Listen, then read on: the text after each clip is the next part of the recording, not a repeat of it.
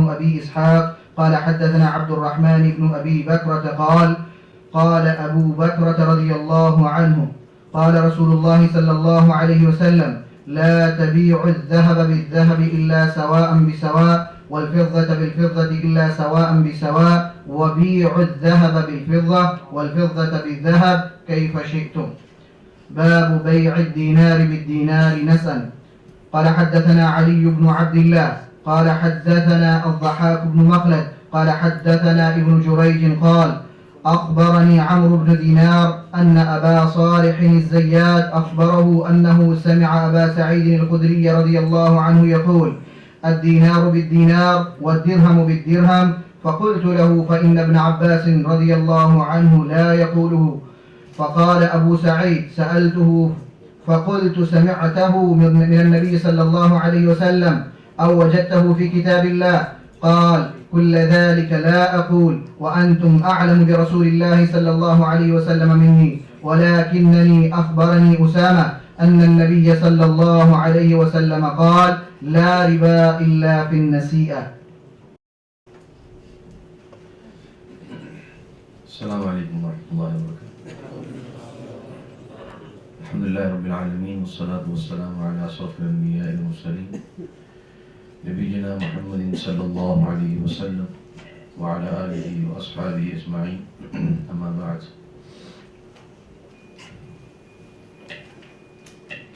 کل کا جو آخری موضوع ہمارا چل رہا تھا وہ ربا کے تعلق سے تھا.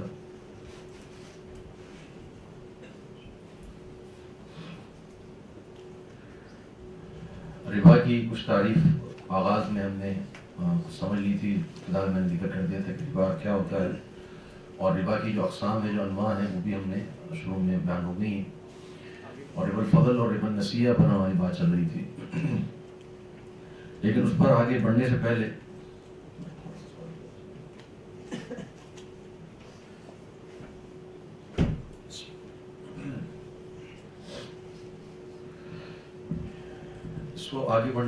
جو ہے وہ میں چاہ رہا ہوں کہ کچھ جو ضوابط ہیں حرام بیوع کے، اس پر تھوڑا سا سمجھ لیں. یہ بات پہلے ہو چکی ہے کہ جو اصول ہے معاملات میں، الاصل فی المعاملات الحل والاباحہ، تو بیوع کے اندر اصل کیا ہے کہ بیوع سب حلال ہے، سوائے اس کے کہ جن بیوع میں، جن معاملات میں کوئی نص موجود ہو کہ وہ بیع حرام ہے.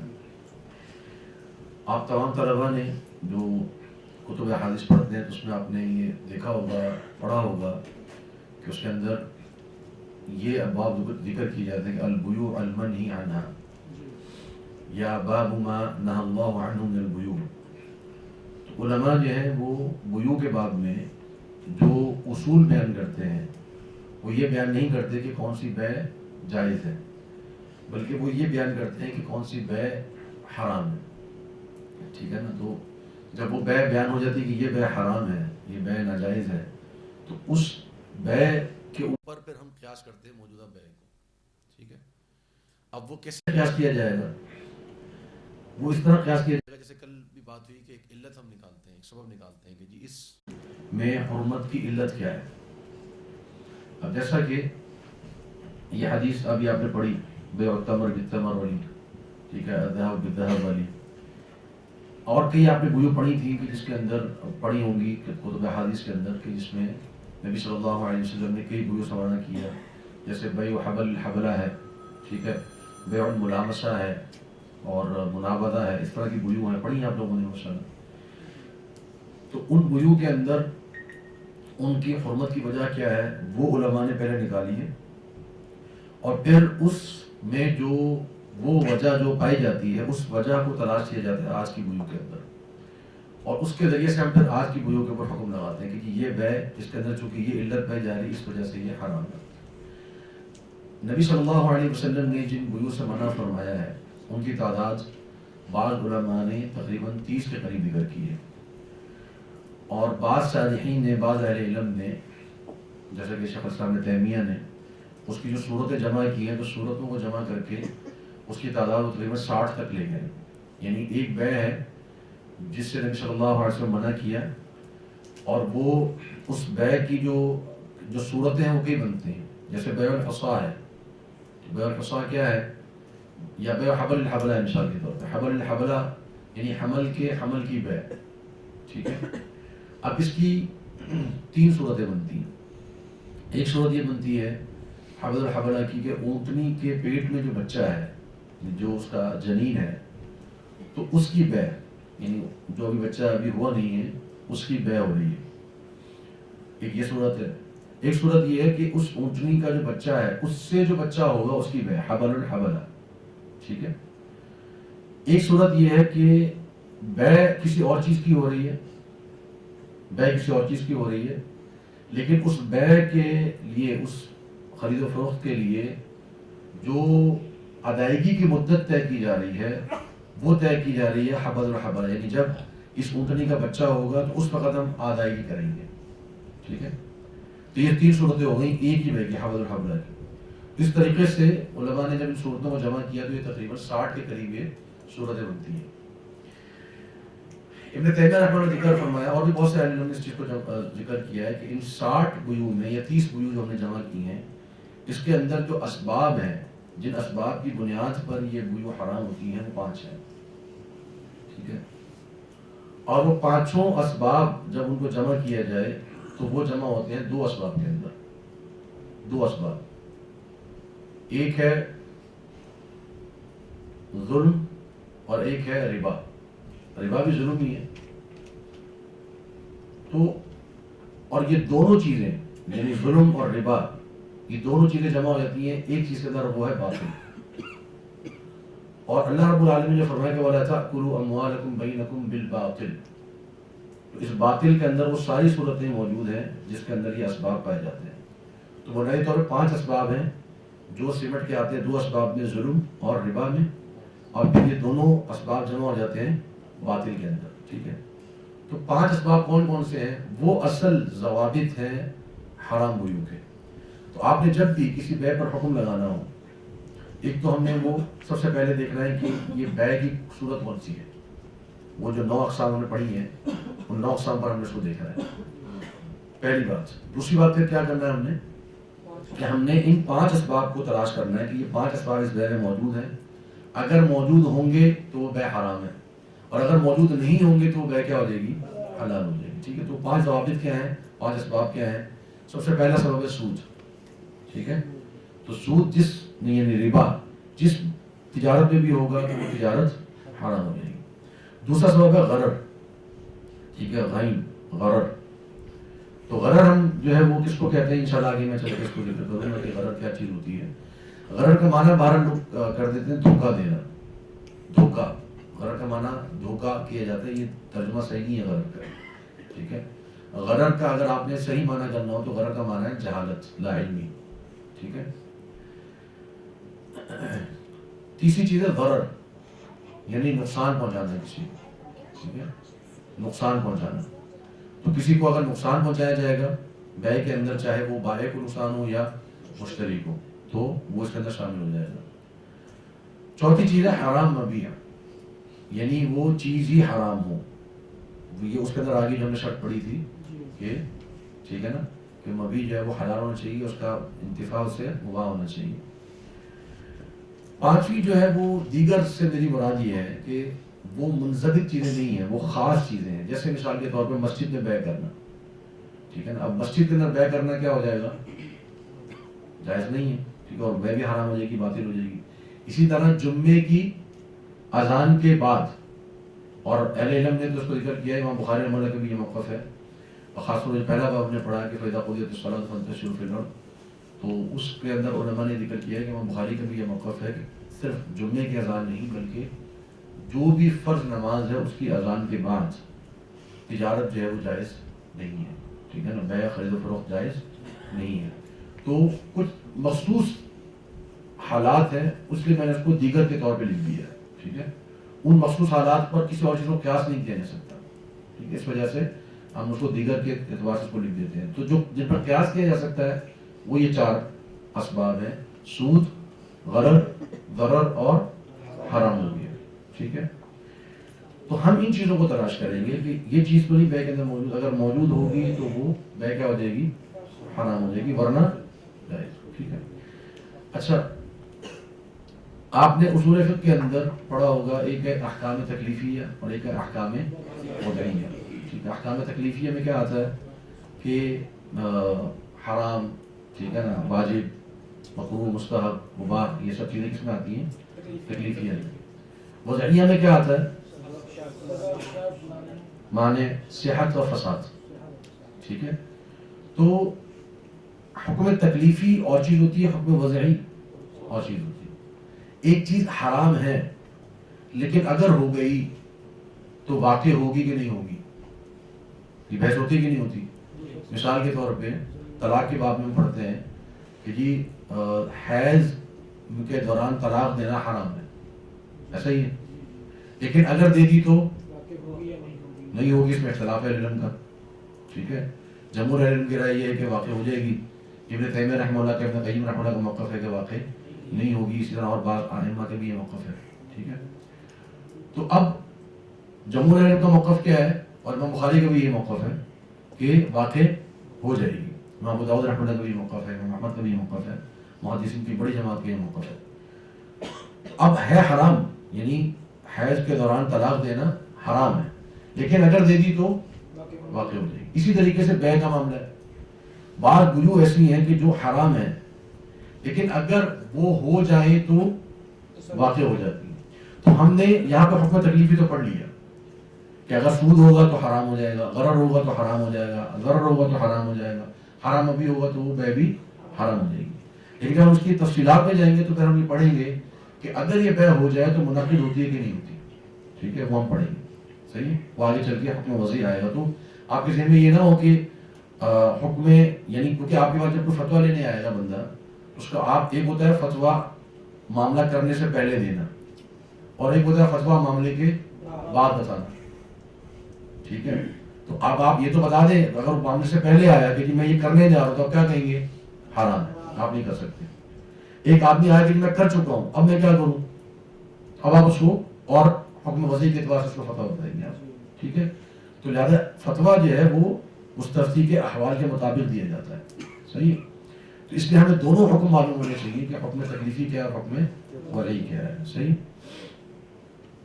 اب چونکہ ربا کا باب ہم نے شروع کر لیا ہے پہلے، تو ہم ربا کو مکمل کرتے ہیں. تو ربا میں یہ ساری چیزیں ہم پڑھ چکے ہیں. ربا ہم کس کو کہتے ہیں، اور ربا قرض، ربا تجارہ، فضل اور نسیہ. ٹھیک ہے. 6 سودی اجناس ہیں، ان کی علتیں بھی ہم بیان ہو چکی ہیں. جو ہے، کھجور ہے، نمک ہے، ان کی علت آپ نے پڑھ لی کہ یہ ثمنیت ہے، غذا اور قابل ذخیرہ ہونا ہے. ٹھیک ہے.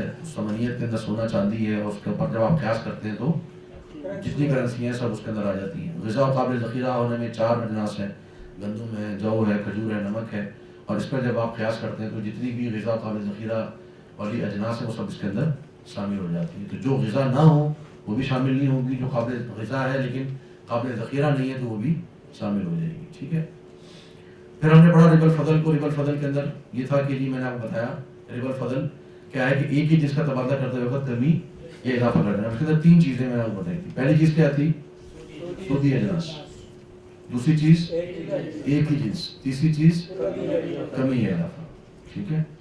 تو اب سونا اگر 10 گرام اس کا تبادلہ ہو رہا ہو سونا 20 گرام سے، اور فرض کیجئے جو 10 گرام سونا ہے وہ 21 کیرٹ ہے اور جو 20 گرام سونا ہے وہ 18 کیرٹ ہے، تو کیا یہ تبادلہ جائز ہے؟ کیا کہیں گے آپ؟ کیونکہ کیا ہے؟ جنس ایک ہے. ٹھیک ہے. جب سونے کا سونے سے تبادلہ ہو رہا ہوگا تو اس میں ہم اصل کس کو دیکھیں گے؟ جنس تو ہے، لیکن اس میں جو تماثل ہے وہ کس میں ہونا چاہیے؟ وزن میں. کس میں ہونا چاہیے؟ وزن میں. ٹھیک ہے. قیمت کا تماثل ہم نہیں دیکھیں گے، یہ بات ذہن میں رکھیں. تماثل ہم کس کا دیکھیں گے؟ وزن میں. حالانکہ اس کی علت کیا ہے؟ ثمنیت. بات آ رہی سمجھ میں؟ سونا اور چاندی کے اندر علت ہم نے کیا نکالی ہے؟ ثمنیت. لیکن جو تماثل ہے یعنی اس کا جو برابر ہونا ہے وہ ہم کس میں دیکھیں گے؟ وزن میں، قیمت میں نہیں. مثال کے طور پہ 18 کیرٹ کا گولڈ جو ہے وہ 20 گرام یا 15 گرام گولڈ وہ 21 کیرٹ کے 10 گرام کے برابر ہوگا نا قیمت میں. ٹھیک ہے نا. گولڈ کی اگر کوالٹی، کم کوالٹی والا گولڈ جو ہے وہ اچھی کوالٹی والے گولڈ جو ہے اس میں جب وزن اوپر نیچے ہوگا تو قیمت برابر آئے گی نا. تو ہم قیمت کی برابری نہیں دیکھیں گے, ہم کیا دیکھیں گے؟ وزن کی برابر. ٹھیک ہے. تو سونا 10 گرام اور سونا 20 گرام اگر یہ تبادلہ ہو رہا ہے تو یہ جائز ہے یا ناجائز ہے؟ یہ ناجائز ہے. اس میں کیا مسئلہ ہے؟ اس کا کون سا سود ہے؟ ربا الفضل. ٹھیک ہے, ربا الفضل اس کے اندر موجود ہے. ٹھیک ہے. اچھا ایک اور مثال لے لیتے ہیں. سونا 10 گرام ہو اور مثال کے 50,000 روپے کا مل رہا ہے, فرض کریں سستے دور کے اندر. ٹھیک ہے. تو یہ جائز ہے یا ناجائز ہے؟ کیوں جائز ہے؟ جنس مختلف ہوگی ہے. سونا بھی سودی اجناس میں سے ہے اور روپیہ بھی سودی اجناس میں سے ہے. ٹھیک ہے, دونوں جنس سودی ہیں. تو پہلی چیز تو پوری ہو گئی. دوسری چیز کیا تھی؟ ایک ہی جنس ہو. تو سونا جنس الگ ہے اور روپیہ جنس الگ ہے. جب ان کا تبادلہ ہو رہا ہو تو اس کے اندر کمی بیشی ہو سکتی ہے. اسی طریقے سے مثلا اگر روپیہ ہو اور ڈالر ہو اور روپیہ ہو, ایک ڈالر آپ کو مل رہا ہے 300 روپے کا مثلا, تو یہ جائز ہے یا ناجائز ہے؟ دونوں کرنسی ہے, ڈالر بھی کرنسی ہے اور روپیہ بھی کرنسی ہے. آپ ڈالر خرید رہے ہیں 290 روپے یا 80 روپے جو چل رہا ہے, تو اب یہ جائز ہے یا ناجائز ہے؟ حالانکہ دونوں سودی اجناس ہیں اور دونوں کرنسی ہیں. جائز ہے. کیوں جائز ہے؟ کیونکہ روپیہ جنس الگ ہے اور ڈالر جنس الگ ہے. ٹھیک ہے. تو روپے کی جنس الگ ہے, ڈالر کی جنس الگ ہے. صحیح ہے جی, جنس الگ ہے نا دونوں. کیسے الگ ہے؟ مطلب روپیہ ایک الگ جنس ہے, ڈالر ایک الگ جنس ہے. روپیہ کسی اور ملک کی کرنسی ہے, ڈالر کسی اور ملک کی کرنسی ہے, تو وہ دونوں فرق ہے. ثمنیت میں برابر ہے. وہ ثمنیت میں جیسے سونا ہے اور چاندی ہے, جیسے سونا ہے اور چاندی ہے, دونوں میں ثمنیت ہے کہ نہیں ہے؟ لیکن جنس الگ الگ ہے. ٹھیک ہے. گندم ہے اور چاول ہے. ٹھیک ہے. دونوں غذا قابل ذخیرہ ہے کہ نہیں ہے؟ لیکن جنس کیا ہے؟ الگ الگ ہے. دونوں کھاتے ہیں نا, چاول بھی کھاتے ہیں, گندم بھی کھاتے ہیں. دونوں غذا ہیں, دونوں قابل ذخیرہ ہیں. ٹھیک ہے. لیکن جنس الگ ہے. ٹھیک ہے. تو ایسے ہی روپیہ الگ جنس ہے, ڈالر الگ جنس ہے. جیسے ہم سونے اور چاندی کو زکات کی کیلکولیشن میں الگ جنس کہتے ہیں اور ان کو کمبائن نہیں کرتے. جی جی. لیکن ہم ریال اور پاؤنڈ یا ڈالر ان تینوں کو ہم کمبائن کرتے ہیں زکات کی کیلکولیشن میں. جی جی. تو یہاں پہ ہم اس اصول کو پھر اپلائی نہیں کریں گے؟ نہیں, اس کی وجہ یہ ہے کہ سونا اور چاندی کا جو نصاب ہے وہ وزن ہے, کرنسی کا نصاب قیمت ہے. کرنسی کا نصاب قیمت ہے. اور اس طرح جب ہم سونے کی بات کرتے ہیں تو اس میں سینسس کو انوالو کریں گے یا نہیں کریں گے؟ کس کو؟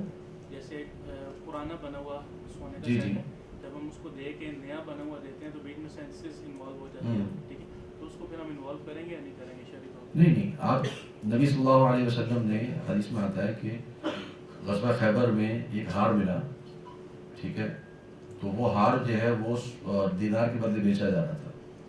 آپ صلی اللہ علیہ وسلم نے فرمایا کہ نہیں, اس کو اس وقت تک نہیں بیچ سکتے جب تک کہ اس میں سے وہ موتی نکال کے الگ, خرچ نکال دو الگ, اور خالص سونا دینار کے بدلے بیچو. ہاں, اگر تم درہم میں خرید رہے ہو تو پھر یہ کرنے کی ضرورت نہیں ہے, تو وزن برابر ہونا چاہیے. ٹھیک ہے. اس میں پھر ہم وزن میں کمی بیشی نہیں کر سکتے. تو جو روپیہ ہے اور جو ڈالر ہے ان کا نصاب کیا ہے؟ قیمت. جیسے پلاٹ ہے, پلاٹ کا نصاب کیا ہے؟ قیمت ہے. کوئی بھی چیز ہے جو آپ بیچ رہے ہو اس کا نصاب کیا ہے؟ قیمت ہے. ٹھیک ہے. مثال کے طور پہ ایک شخص جو ہے وہ گندم بیچتا ہے, گندم اگاتا نہیں ہے, گندم بیچتا ہے, اس کا نصاب جو ہے وہ وزن ہوگا یا قیمت ہوگی؟ قیمت ہوگی. ٹھیک ہے نا. تو نصاب کا معاملہ, زکات کا معاملہ مختلف ہے, ربا کا معاملہ مختلف ہے. جی.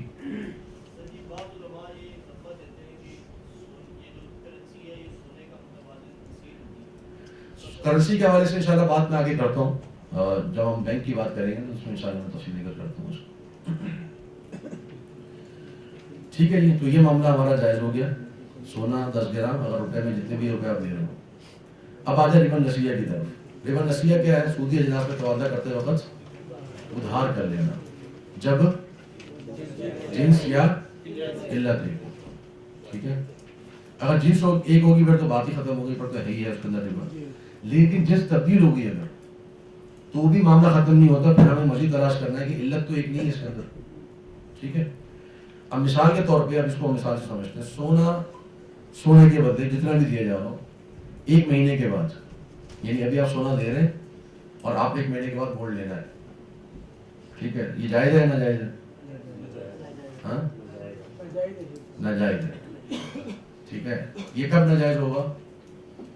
جب اس پہلی بات یہ کہ جب یہ بطور خرید و فروخت کے معاملہ ہو رہا ہو۔ کس کے ہو رہا ہو؟ خرید و فروخت۔ اگر مثال کے طور پر ایک عورت کہتی ہے، خاتون کہتی ہے کہ جی مجھے تھوڑا گولڈ دے دو، اپنا زیور دے دو، میں شادی پہ پہن لوں، شادی پہ پہننے کے بعد میں واپس کر دوں گی، تو یہ کیا جائز ہے ناجائز ہے؟ یہ جائز ہے۔ کیوں جائز ہے؟ کیونکہ یہ من عقود التبرعات ہے، من عقود المعاوضات نہیں ہے، ٹھیک ہے۔ تو یہ فرق کرنا بہت ضروری ہے۔ تو سونے کے بدلے اگر 1 مہینے بعد خرید و فروخت ہو رہی ہے تو وہ کیا ہو جائے گا؟ ناجائز ہو جائے گا۔ تو اس میں ربا کون سا آ گیا ہمارا؟ ربا نسیہ، ٹھیک ہے۔ اچھا، سونا جو ہے اس کے بدلے میں ہم پیسے دے رہے ہیں، لیکن پیسے ہم 1 مہینے بعد دیں گے، تو جائز ہے ناجائز ہے؟ ہاں ناجائز ہے۔ کیوں ناجائز ہے؟ کیونکہ سونا اور پیسے کی علت ایک ہے، سونا اور پیسے کی علت ایک ہے، یعنی سونے کے اوپر آپ نے قیاس کیا نا پیسے کو، سونے کی اور چاندی کی علت آپ نے کیا نکالی؟ ثمنیت، اور اس پر آپ نے قیاس کیا پیسے کو، تو دونوں کی علت ایک ہو گئی، علت ایک تھی تو آپ نے روپے کو قیاس کیا نا سونے کے اوپر۔ تو اگر سونا ادھار بیچا جا رہا ہے، سیدھی سی بات کیا ہے کہ اگر سونا ادھار بیچا جا رہا ہے تو یہ بیع کیا ہو جائے گی؟ حرام ہو جائے گی، ناجائز ہو جائے گی۔ تو اس کا سیدھا سا مطلب یہ ہے کہ سونے کی ادھار خرید و فروخت جائز نہیں ہے، ٹھیک ہے۔ تو ہمارے ہاں جو چل رہا ہے نا معاملہ ادھار پہ، جتنے بھی سوناروں کو میں جانتا ہوں جیولر آتے رہتے ہیں ہمارے پاس، وہ پریشان بیٹھے ہوتے ہیں، وہ انہوں نے بھی ادھار اٹھایا ہوتا ہے اور آگے بھی ادھار ہی دے رہے ہوتے ہیں۔ خواتین بھی کیا کرتی ہیں، آگے سونا پسند کیا جی سیٹ لگا ہوا ہے، مجھے ایسا سیٹ چاہیے، اب وہ پیسے پہلے دے دیے، گولڈ ملے گا کب؟ ہفتے بعد، 2 ہفتے بعد گولڈ ملے گا تیار ہو کے، تو یہ بیع کیا ہو جائے گی؟ ناجائز، یہ بیع جائز نہیں ہے، ٹھیک ہے۔ تو اس بیع کے اندر یہ صورت درست نہیں۔ اس میں بنانا بھی جائز نہیں ہوگا؟ بیانہ بھی ظاہر بات ہے، چونکہ یہ قیمہ ہے نا،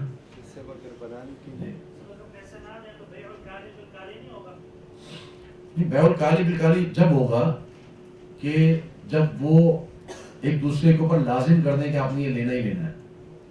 اگر وہ وعدہ کر لے کہ بھائی ٹھیک ہے میں بنا لیتا ہوں، آپ 2 ہفتے کے بعد آ کے پسند کر لیجیے، اگر آپ کو سمجھ میں آئے تو اس دن کی جو قیمت ہوگی اس دن کی قیمت آپ کو ادا کرنی پڑے گی۔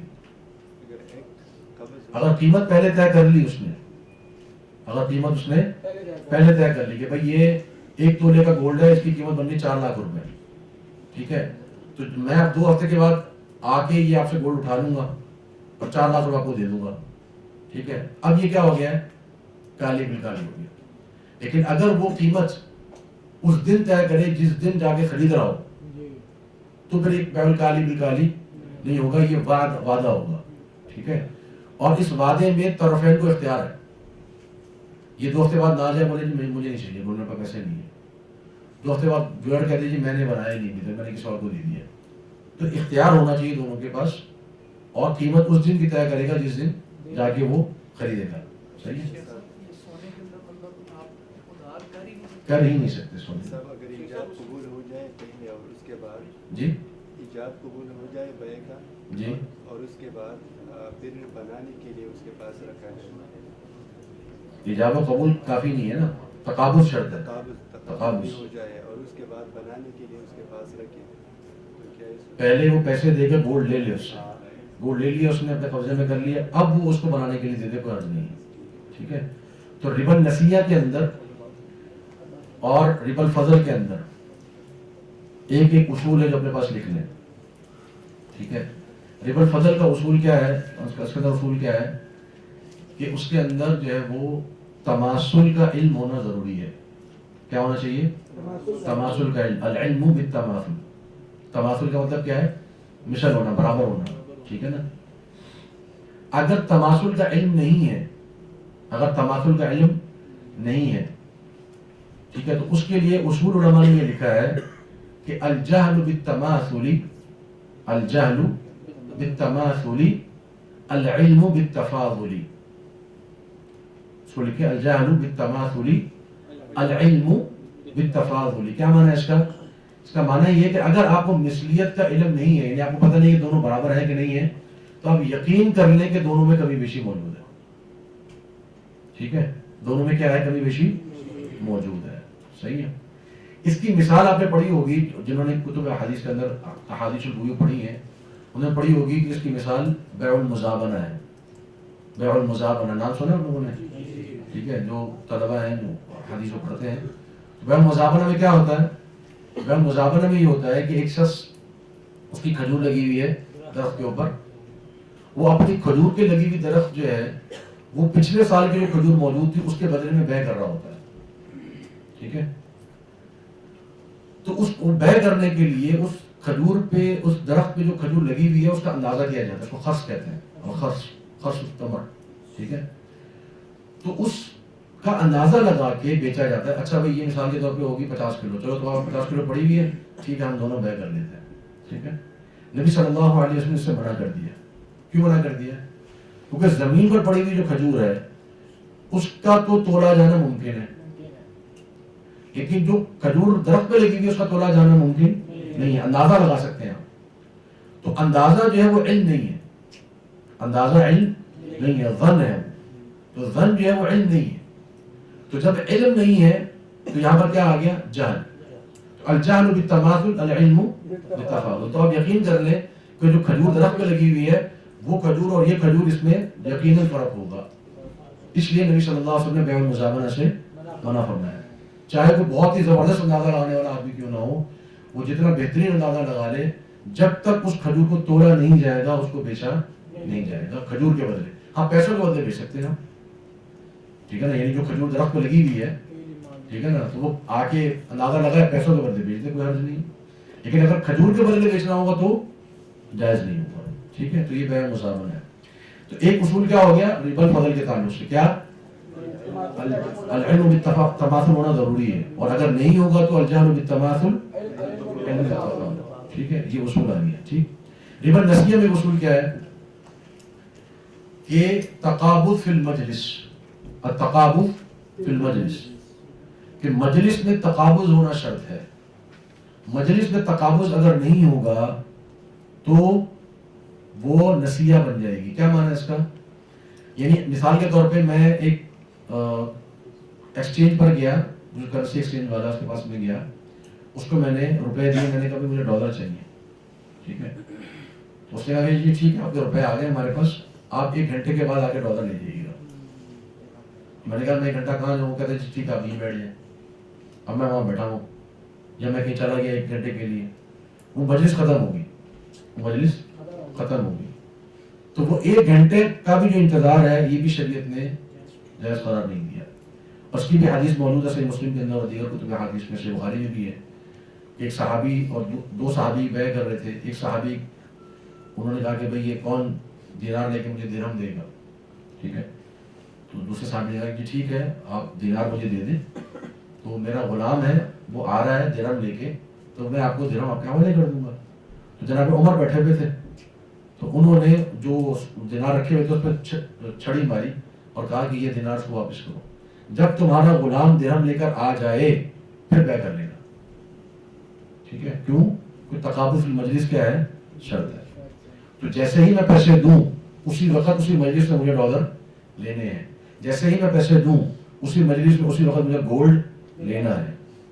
ٹھیک ہے، میں اس کے اندر ادھار، اور ادھار کا معنی یہ نہیں کہ 1 مہینے بعد اگر ہوگا تو ادھار ہوگا، ابھی 1 گھنٹے کا ہو گیا تو مسئلہ نہیں. ادھار کے لیے ختم کرنے کے لیے شرط کیا ہے؟ تقابض فی المجلس. یہ ربا النسیہ کے لیے شرط ہے. صحیح ہے. اب مزید انشاءاللہ مثالیں پڑھتے تو آپ کو مزید واضح ہو جائے گا. اب روپے کے بدلے اگر گندم ہے، آپ گندم خرید رہے ہیں ادھار، آٹا ادھار خرید رہے ہیں، مثلا آپ نے آٹا لے لیا ہے، پیسے آپ ہفتے کے بعد دے دیں گے، یہ جائز ہے یا ناجائز ہے؟ کیا کہتے ہیں؟ جنس بھی مختلف ہے اور علت بھی مختلف ہے. ٹھیک ہے، تو یہ بیع جو ہے وہ جائز ہے. ٹھیک ہے. اب تھوڑا سا مزید میں اس کو وضاحت کے لیے آپ کے سامنے کچھ تطبیقات رکھ دیتا ہوں. ربا کے واقع اور نا واقع ہونے کی صورت ہے. ٹھیک ہے، اگر جنس ایک ہوگی، اگر ایک ہی جنس ہوگی تو اس میں دونوں ربا واقع ہو سکتے ہیں. ربا الفضل بھی واقع ہوگا، ربا النسیہ بھی، اور یعنی اگر تبادلہ ہو رہا ہے ایک ہی جنس میں،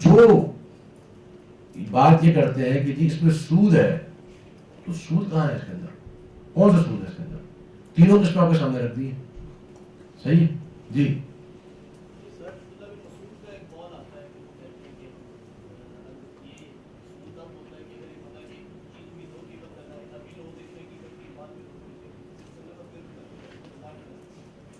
نہیں جناب رسول سے اس طرح کا قول نہیں ہے، صحابہ میں کسی کا بھی یہ قول نہیں ہے.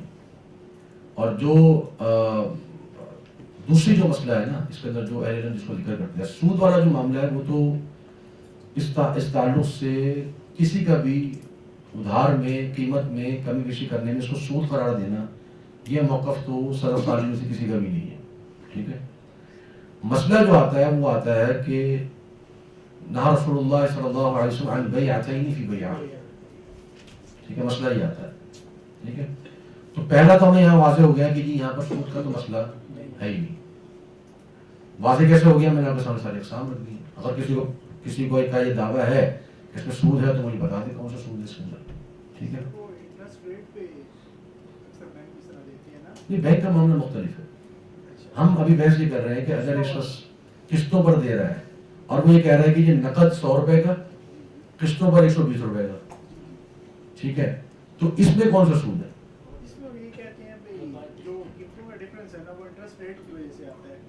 نہیں، انٹرسٹ ریٹ دیکھیں، ایک عام آدمی ہے، بینک کی بات نہیں کر رہے ہیں. عام آدمی بھی یعنی کہ قسطوں کا جو دیتے ہیں نا تو قسطیں بڑھ جاتی ہیں تو نیا اسٹاک پرچیز کرنا ہوتا ہے. وہ جس وجہ سے بھی کر رہا ہے. بات یہ آ رہی ہے کہ کیا یہ قیمتوں کا جو فرق ہے، اس میں جو سود ہے، ہم جو دعویٰ کریں کہ سود ہے، وہ کون سا سود ہے اس کے اندر؟ جی بیع الاجل تو ہے، تو ادھار تو ہے ہی بیع الاجل نا، لیکن اس میں سود کون سا ہے؟ ربا القرض ہے؟ نہیں ہے، ہو ہی نہیں سکتا. ربا تجارہ میں نہ ربا الفضل ہو سکتا ہے نہ ربا النسیہ ہو سکتا ہے. جی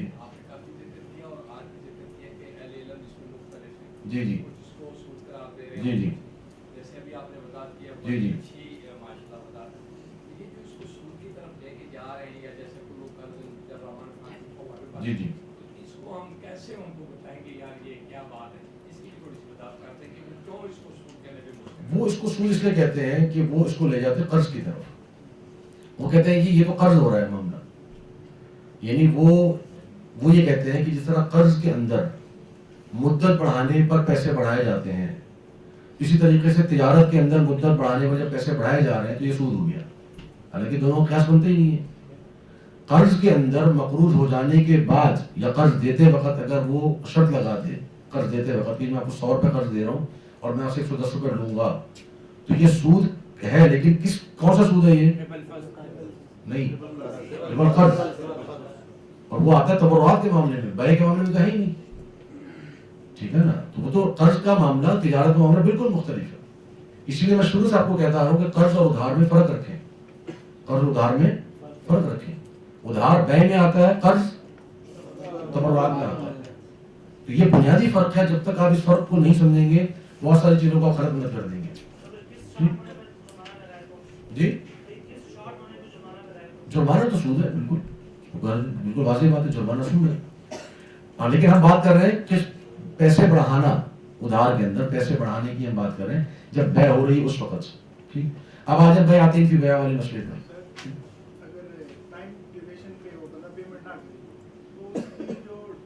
پینلٹی ہے، وہ تو سود ہے. قیمت بھی وہ بڑھا دیتے ہیں، یعنی کہ آپ نے اس نے کہا ہے کہ 2 مہینے میں 120 روپے کی ہو جائے گی، آپ نے کسی وجہ سے پے نہیں کیا، پھر وہ 130 کی ہو جاتی ہے. دیکھیں اگر آپ نے چیز لے لی ہے، اب اس مسئلے کو سمجھ لیں. میں ایک بندے سے چیز لینے گیا، خریدنے گیا ہوں، اس سے قرض تو نہیں لینے گیا، ٹھیک ہے، خریدنے گیا، اس کی قیمت طے کرو. تو قیمت کے اندر اگر وہ کہتا ہے کہ جی آپ ابھی دیں گے تو 100 روپے کی، اور آپ اگر دیں گے 1 ہفتے کے بعد 2 ہفتے کے بعد تو 200 روپے کی مثال دے دو. ٹھیک ہے. اب میں یہاں پر اس سے سودا کروں قیمت کے اندر، یہاں پر بیع ہو رہی ہے، یہاں پر قرض کا معاملہ نہیں ہو رہا. ٹھیک ہے. جب میں نے بیع کر لی، ٹھیک ہے، اب بیع کر لینے کے بعد میں نے چیز لے لی، اب مجھ پر دین آ گیا. بیع ہو جانے کے بعد اب میں اس سے کیا ہو گیا ہوں، دور ہو گیا. اب معاملہ، اب اس میں اگر پیسے بڑھاتا ہے تو اب یہ سود چلا جائے گا کس میں؟ ربا القرض میں. پہلے معاملہ کیا ہے؟ تجارت.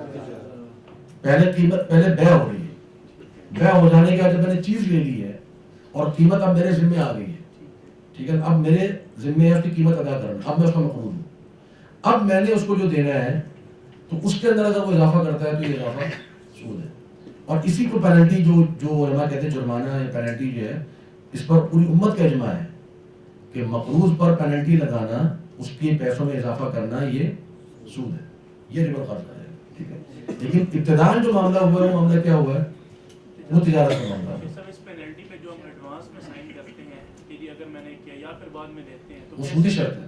نہیں تو پھر اسے پوری بے پہ رہے گی یا نہیں وصیت؟ نہیں نہیں، بے باطل ہو جائے گی. تو پھر ہر بے پہ ہر جگہ پہ یہ سائن تو کیے جاتے ہیں کہ اگر نہیں، بے باطل. کمپنیاں کرتی اس طریقے سے ہے نا کہ آپ اگر 1 سال کے لیے مجھ سے مال خرید رہے ہیں نا، کیونکہ جو الیکٹرانکس کی کمپنیاں دیتی مال اس طریقے سے بڑے ڈیلرز کو، 1 سال کے لے رہے ہیں یہ ریٹ ہے، 2 سال کے لیں گے تو اتنا ریٹ ہو جائے گا، 3 سال کے لیے ادھار لیں گے تو اتنا ریٹ. آپ کی پیمنٹ مطلب 20 لاکھ کا سودا ہو رہا ہے نا، تو آپ 20 لاکھ 1 سال بعد 20 لاکھ ادا کرنا ہے. اگر آپ نہیں دیتے 2 سال کے لیے اگر ادھار ہم سے کر رہے ہیں تو پھر آپ کا 30 لاکھ ہوگا. پھر 40 لاکھ وہ بڑھتی یہ جو لینے والا شخص ہے وہ طے کرتا ہے کہ میں کب دوں گا، طے کر لیتا ہے. وہ 2 سال میں دوں گا یا 3 سال میں دوں گا، وہ طے کر لیتا ہے نا. اب جب اس نے طے کر لیا اور چیز اس نے لے لی ہے، اب اس پر اضافہ نہیں ہو سکتا. اب اگر وہ اضافہ کریں گے تو سود ہو جائے گا. ٹھیک ہے، یہ پینلٹی اس پہ جائز نہیں. اگر آپ پلاٹ وغیرہ لیتے ہو جی آپ اس کی قسطیں ڈن کر دیتے جی جی بعض اوقات ایسے ہوتے ہیں وہ ہمیں کچھ آفر دیتے ہیں، اگر آپ اس مہینہ آپ نے 1 لاکھ ڈن کیا تو 2 لاکھ دے دو نا، تو آپ کو 30% کا ٹوٹل کاسٹ میں ڈسکاؤنٹ دیں گے. ڈسکاؤنٹ دیا جا سکتا ہے، وہ دیا جا سکتا ہے. ہاں، اس میں حرج نہیں.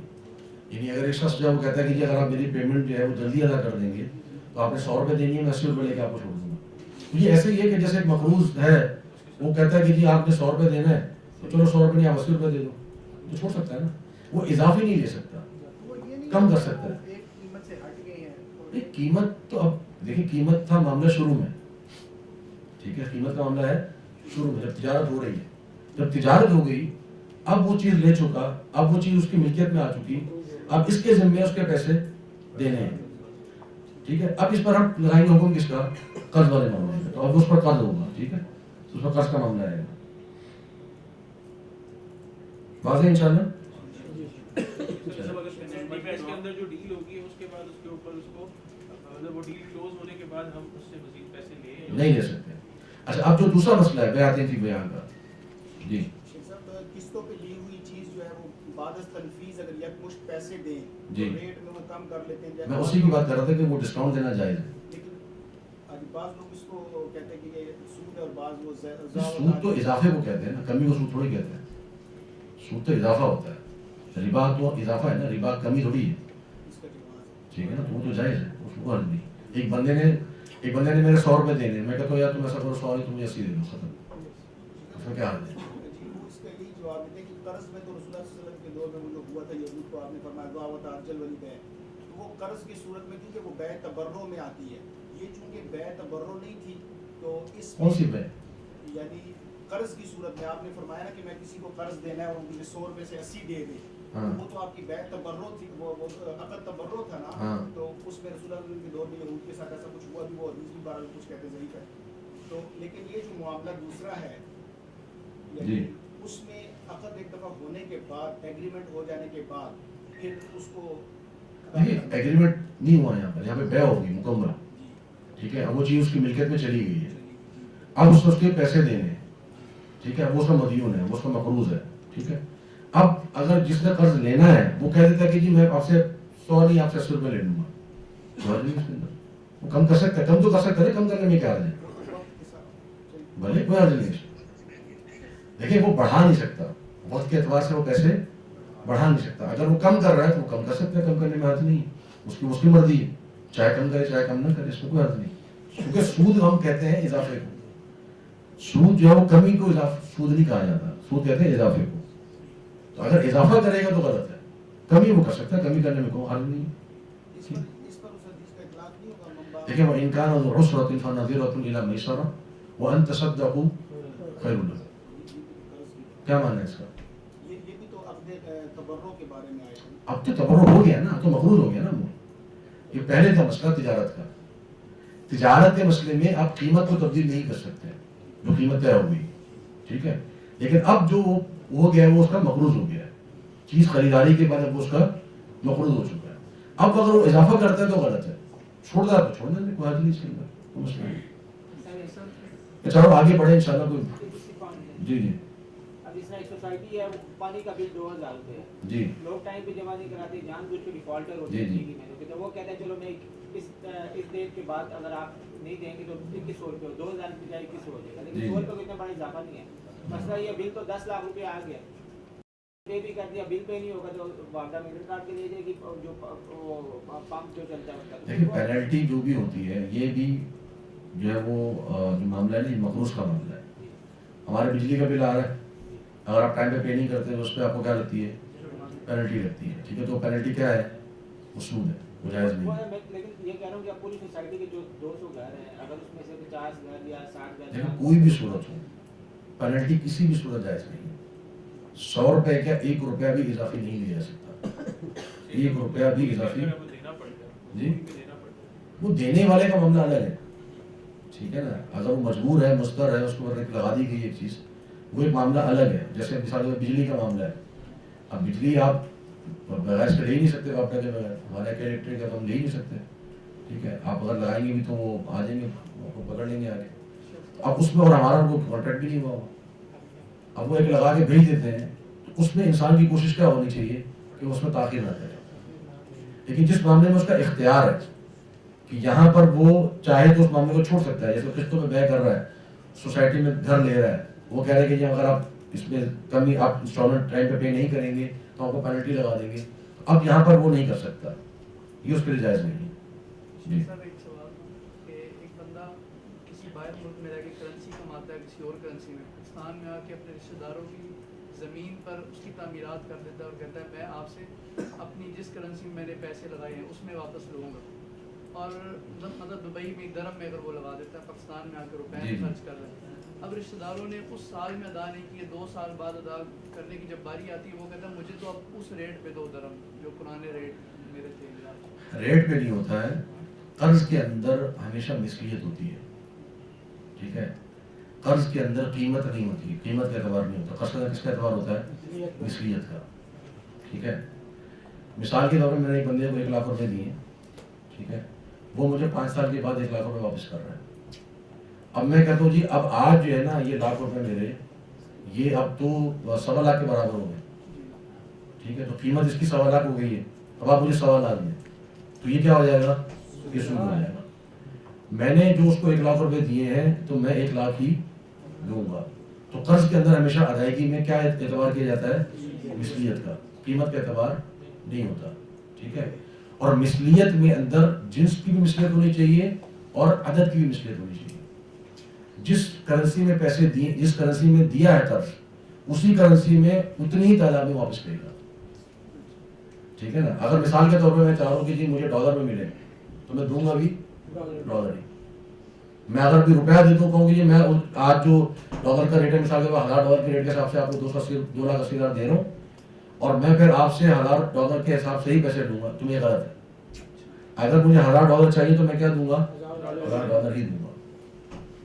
تو جو چیز میں دے رہا ہوں وہی چیز میں واپس لوں گا, روپے لگا کے درہم نہیں واپس نہیں لے سکتا. اگر اس نے درہم لینے ہیں تو کیا لگائے گا, درہم نہیں. اگر درہم لگا لے لیکن بعد میں پیسے کی صورت میں واپس لیتے ہیں تو درہم کا جو حالیہ ریٹ ہوگا اس پہ لے گا. نہیں, اگر بعد میں وہ کرنسی تبدیل کرتا ہے نا تو پھر اس دن جو ریٹ ہوگا وہ لگائے گا, لیکن وہ پہلے طے نہیں کر سکتا, پہلے طے نہیں کر سکتا, ٹھیک ہے نا. پہلے وہ یہی ہوگا کہ جو اس کی مثلیت ہے اسی مثلیت کے اندر اس کو دینا ہوگا, ٹھیک ہے. پینلٹی کی بات کر رہے تھے نا, تو جو یونیورسٹیز کے ایڈمیشن ہوتے ہیں کہ اس ڈیٹ تک آپ اگر ایڈمیشن سبمٹ کرواؤ گے تو یہ فیس ہے, اگر ایک دن بھی بڑھ گیا تو 2000 پڑ جائے گا, 3000 پڑ جائے گا. تو یہ تو بے والی صورت ہے نا, اس میں مقروض والی صورت تھوڑی ہے.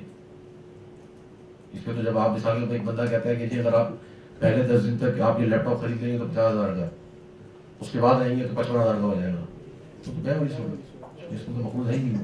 مقروض کب ہے کہ جب وہ ایک چیز لے چکا ہو. مثال کے طور پہ میں کالج کے اندر پڑھ رہا ہوں, ٹھیک ہے نا.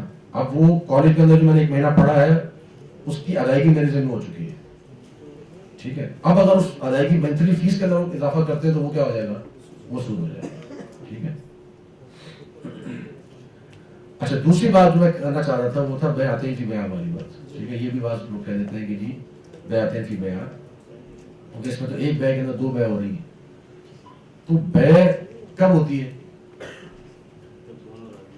یہاں ایک جو قیمت لگائی جا رہی ہے کہ جی اگر آپ نقد میں لیں گے تو 100 روپے کی، ادھار میں لیں گے تو 200 روپے کی. یہاں پر مساومہ ہے کہ عقد ہے؟ مساومہ ہے. بیع کہاں مکمل ہوتی ہے؟ عقد پر. بات ہے سمجھ میں. اب جو ہم نے مراحل پڑھے تھے بیع کے وہ یہاں واضح ہوا ہے کہ آپ مساومہ میں دام لگ رہے ہیں تو دام میں آپ آگے پیچھے کر سکتے ہیں. وہ تو نقد بھی آگے پیچھے ہوتا ہے. ایک بندے میرے پاس آتا ہے لیپ ٹاپ لینے، میں کہتا ہوں جی لاکھ روپے کا، دوسرا آتا ہے میں کہتا ہوں جی 90,000 کا، تو نقد بھی میں اوپر پیچھے کر دیتا ہوں. تو دام لگانے میں تو کوئی مسئلہ نہیں ہے نا. مسئلہ کہاں پر ہے؟ عقد میں. تو دو عقد ایک ساتھ نہیں ہو سکتے. بات آ رہی سمجھ میں؟ دو عقد ایک ساتھ نہیں ہو سکتے. دو دام لگائے جا سکتے ہیں. دو دام لگانے میں حرج نہیں ہے. صحیح ہے. ہاں حرج جب آتا ہے کہ جب انسان عقد کر لے اور دونوں داموں میں سے کوئی ایک دام فائنل نہ کرے، جب مسئلہ آتا ہے. اور اس چیز کو امام ترمذی رحمہ اللہ نے ذکر کیا ہے باب بیعتین فی بیع کے اندر، جامع ترمذی کے اندر. انہوں نے پورا یہی مسئلہ ذکر کیا اسی طریقے سے کہ مسئلہ یہاں پر یہ ہے کہ اگر ایک شخص وہ سودا کر لیتا ہے اور اس کو یہ بتایا جاتا ہے کہ نقداً یہ ہے، نصیحتاً یہ ہے، ابھی لوگے تو اتنے کا، نصیحتاً اتنے کا، وہ لے جاتا ہے اور لے جانے کے بعد وہ فائنل نہیں کرتا کہ میں نے پیمنٹ نقد کی کرنی ہے کہ نصیحہ کی کرنی ہے، تو یہ بیعتین فی بیع میں آتا ہے. یہ اس کے ممانعت میں آتا ہے. ٹھیک ہے. کیونکہ اس میں نقد اور ادھار دونوں بیع کو جمع کر دیں وہاں پر، کیونکہ عقد کر چکا ہے. وہ کیا کر چکا ہے؟ عقد کر چکا ہے. ٹھیک ہے. مساومہ کے اندر دو قیمتیں لگانے میں حرج نہیں ہے، لیکن جب سودا ہو گیا اس وقت اگر دونوں قیمتیں موجود ہیں اس کا مطلب ہے کہ دو عقد ہو رہے ہیں. ٹھیک ہے. جبکہ ابن تیمیہ رحمہ اللہ نے بیعتین فی بیع کی دوسری صورت بیان کی. وہ اس صورت کو مانتے ہی نہیں ہیں. وہ کہتے ہیں کہ بیعتین فی بیع اصل میں یہ نبی صلی اللہ علیہ وسلم نے منع کیا ہے کیونکہ یہ سود کا ذریعہ ہے. اور سود کا ذریعہ کیسے ہے؟ وہ کہتے ہیں یہ بیع العینہ ہے. بیع العینہ. بیع العینہ کیا ہوتا ہے؟ بیع العینہ ایک حیلہ ہے جس کے ذریعے سے سود دیا جاتا ہے. وہ کیسے؟ مثال کے طور پر ایک شخص میرے پاس آتا ہے، کہتے ہیں جی مجھے لاکھ روپے چاہیے. میں کہتا ہوں جی اگر میں آپ کو لاکھ روپے دوں گا پھر آپ لاکھ روپے مجھے واپس کرو گے، کیونکہ میں اس پہ اضافی تو لے نہیں سکتا، میرا فائدہ کیا آپ کو لاکھ روپے دینے کا.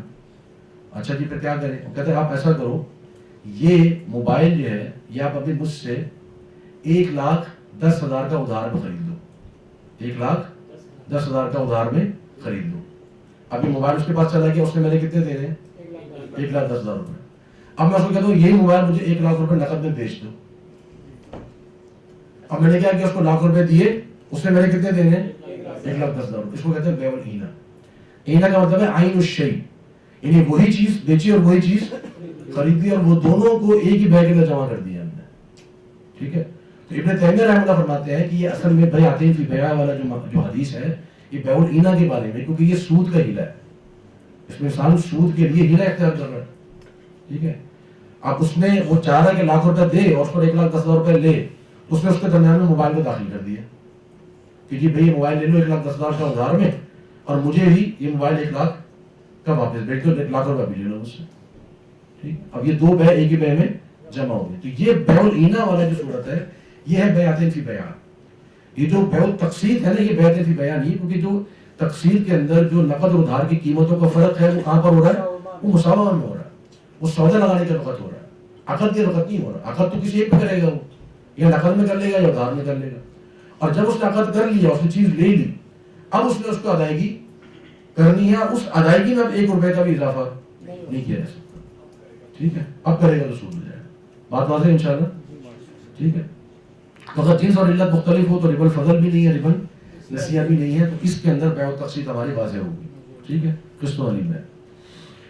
اچھا اگر جنس اور علت مختلف ہو، مثال کے طور پہ گندم 1 من، روپیہ 1 من، ٹھیک ہے، تو 1 مہینے کے بعد یہ جائز داری بات ہے، اس کو غرض نہیں ہے. ٹھیک. تو اب میں یہاں پر انشاءاللہ اس کو مکمل کرتا ہوں. آگے بہت ساری میں نے صورتیں ذکر کی ہوئی ہیں، تو میرا خیال ہے آپ لوگوں کے لیے ربا الفضل، ربا نسیہ واضح ہو گیا ہوگا تو آپ آگے چلتے ہیں انشاءاللہ، اس کو چھوڑ دیتے ہیں.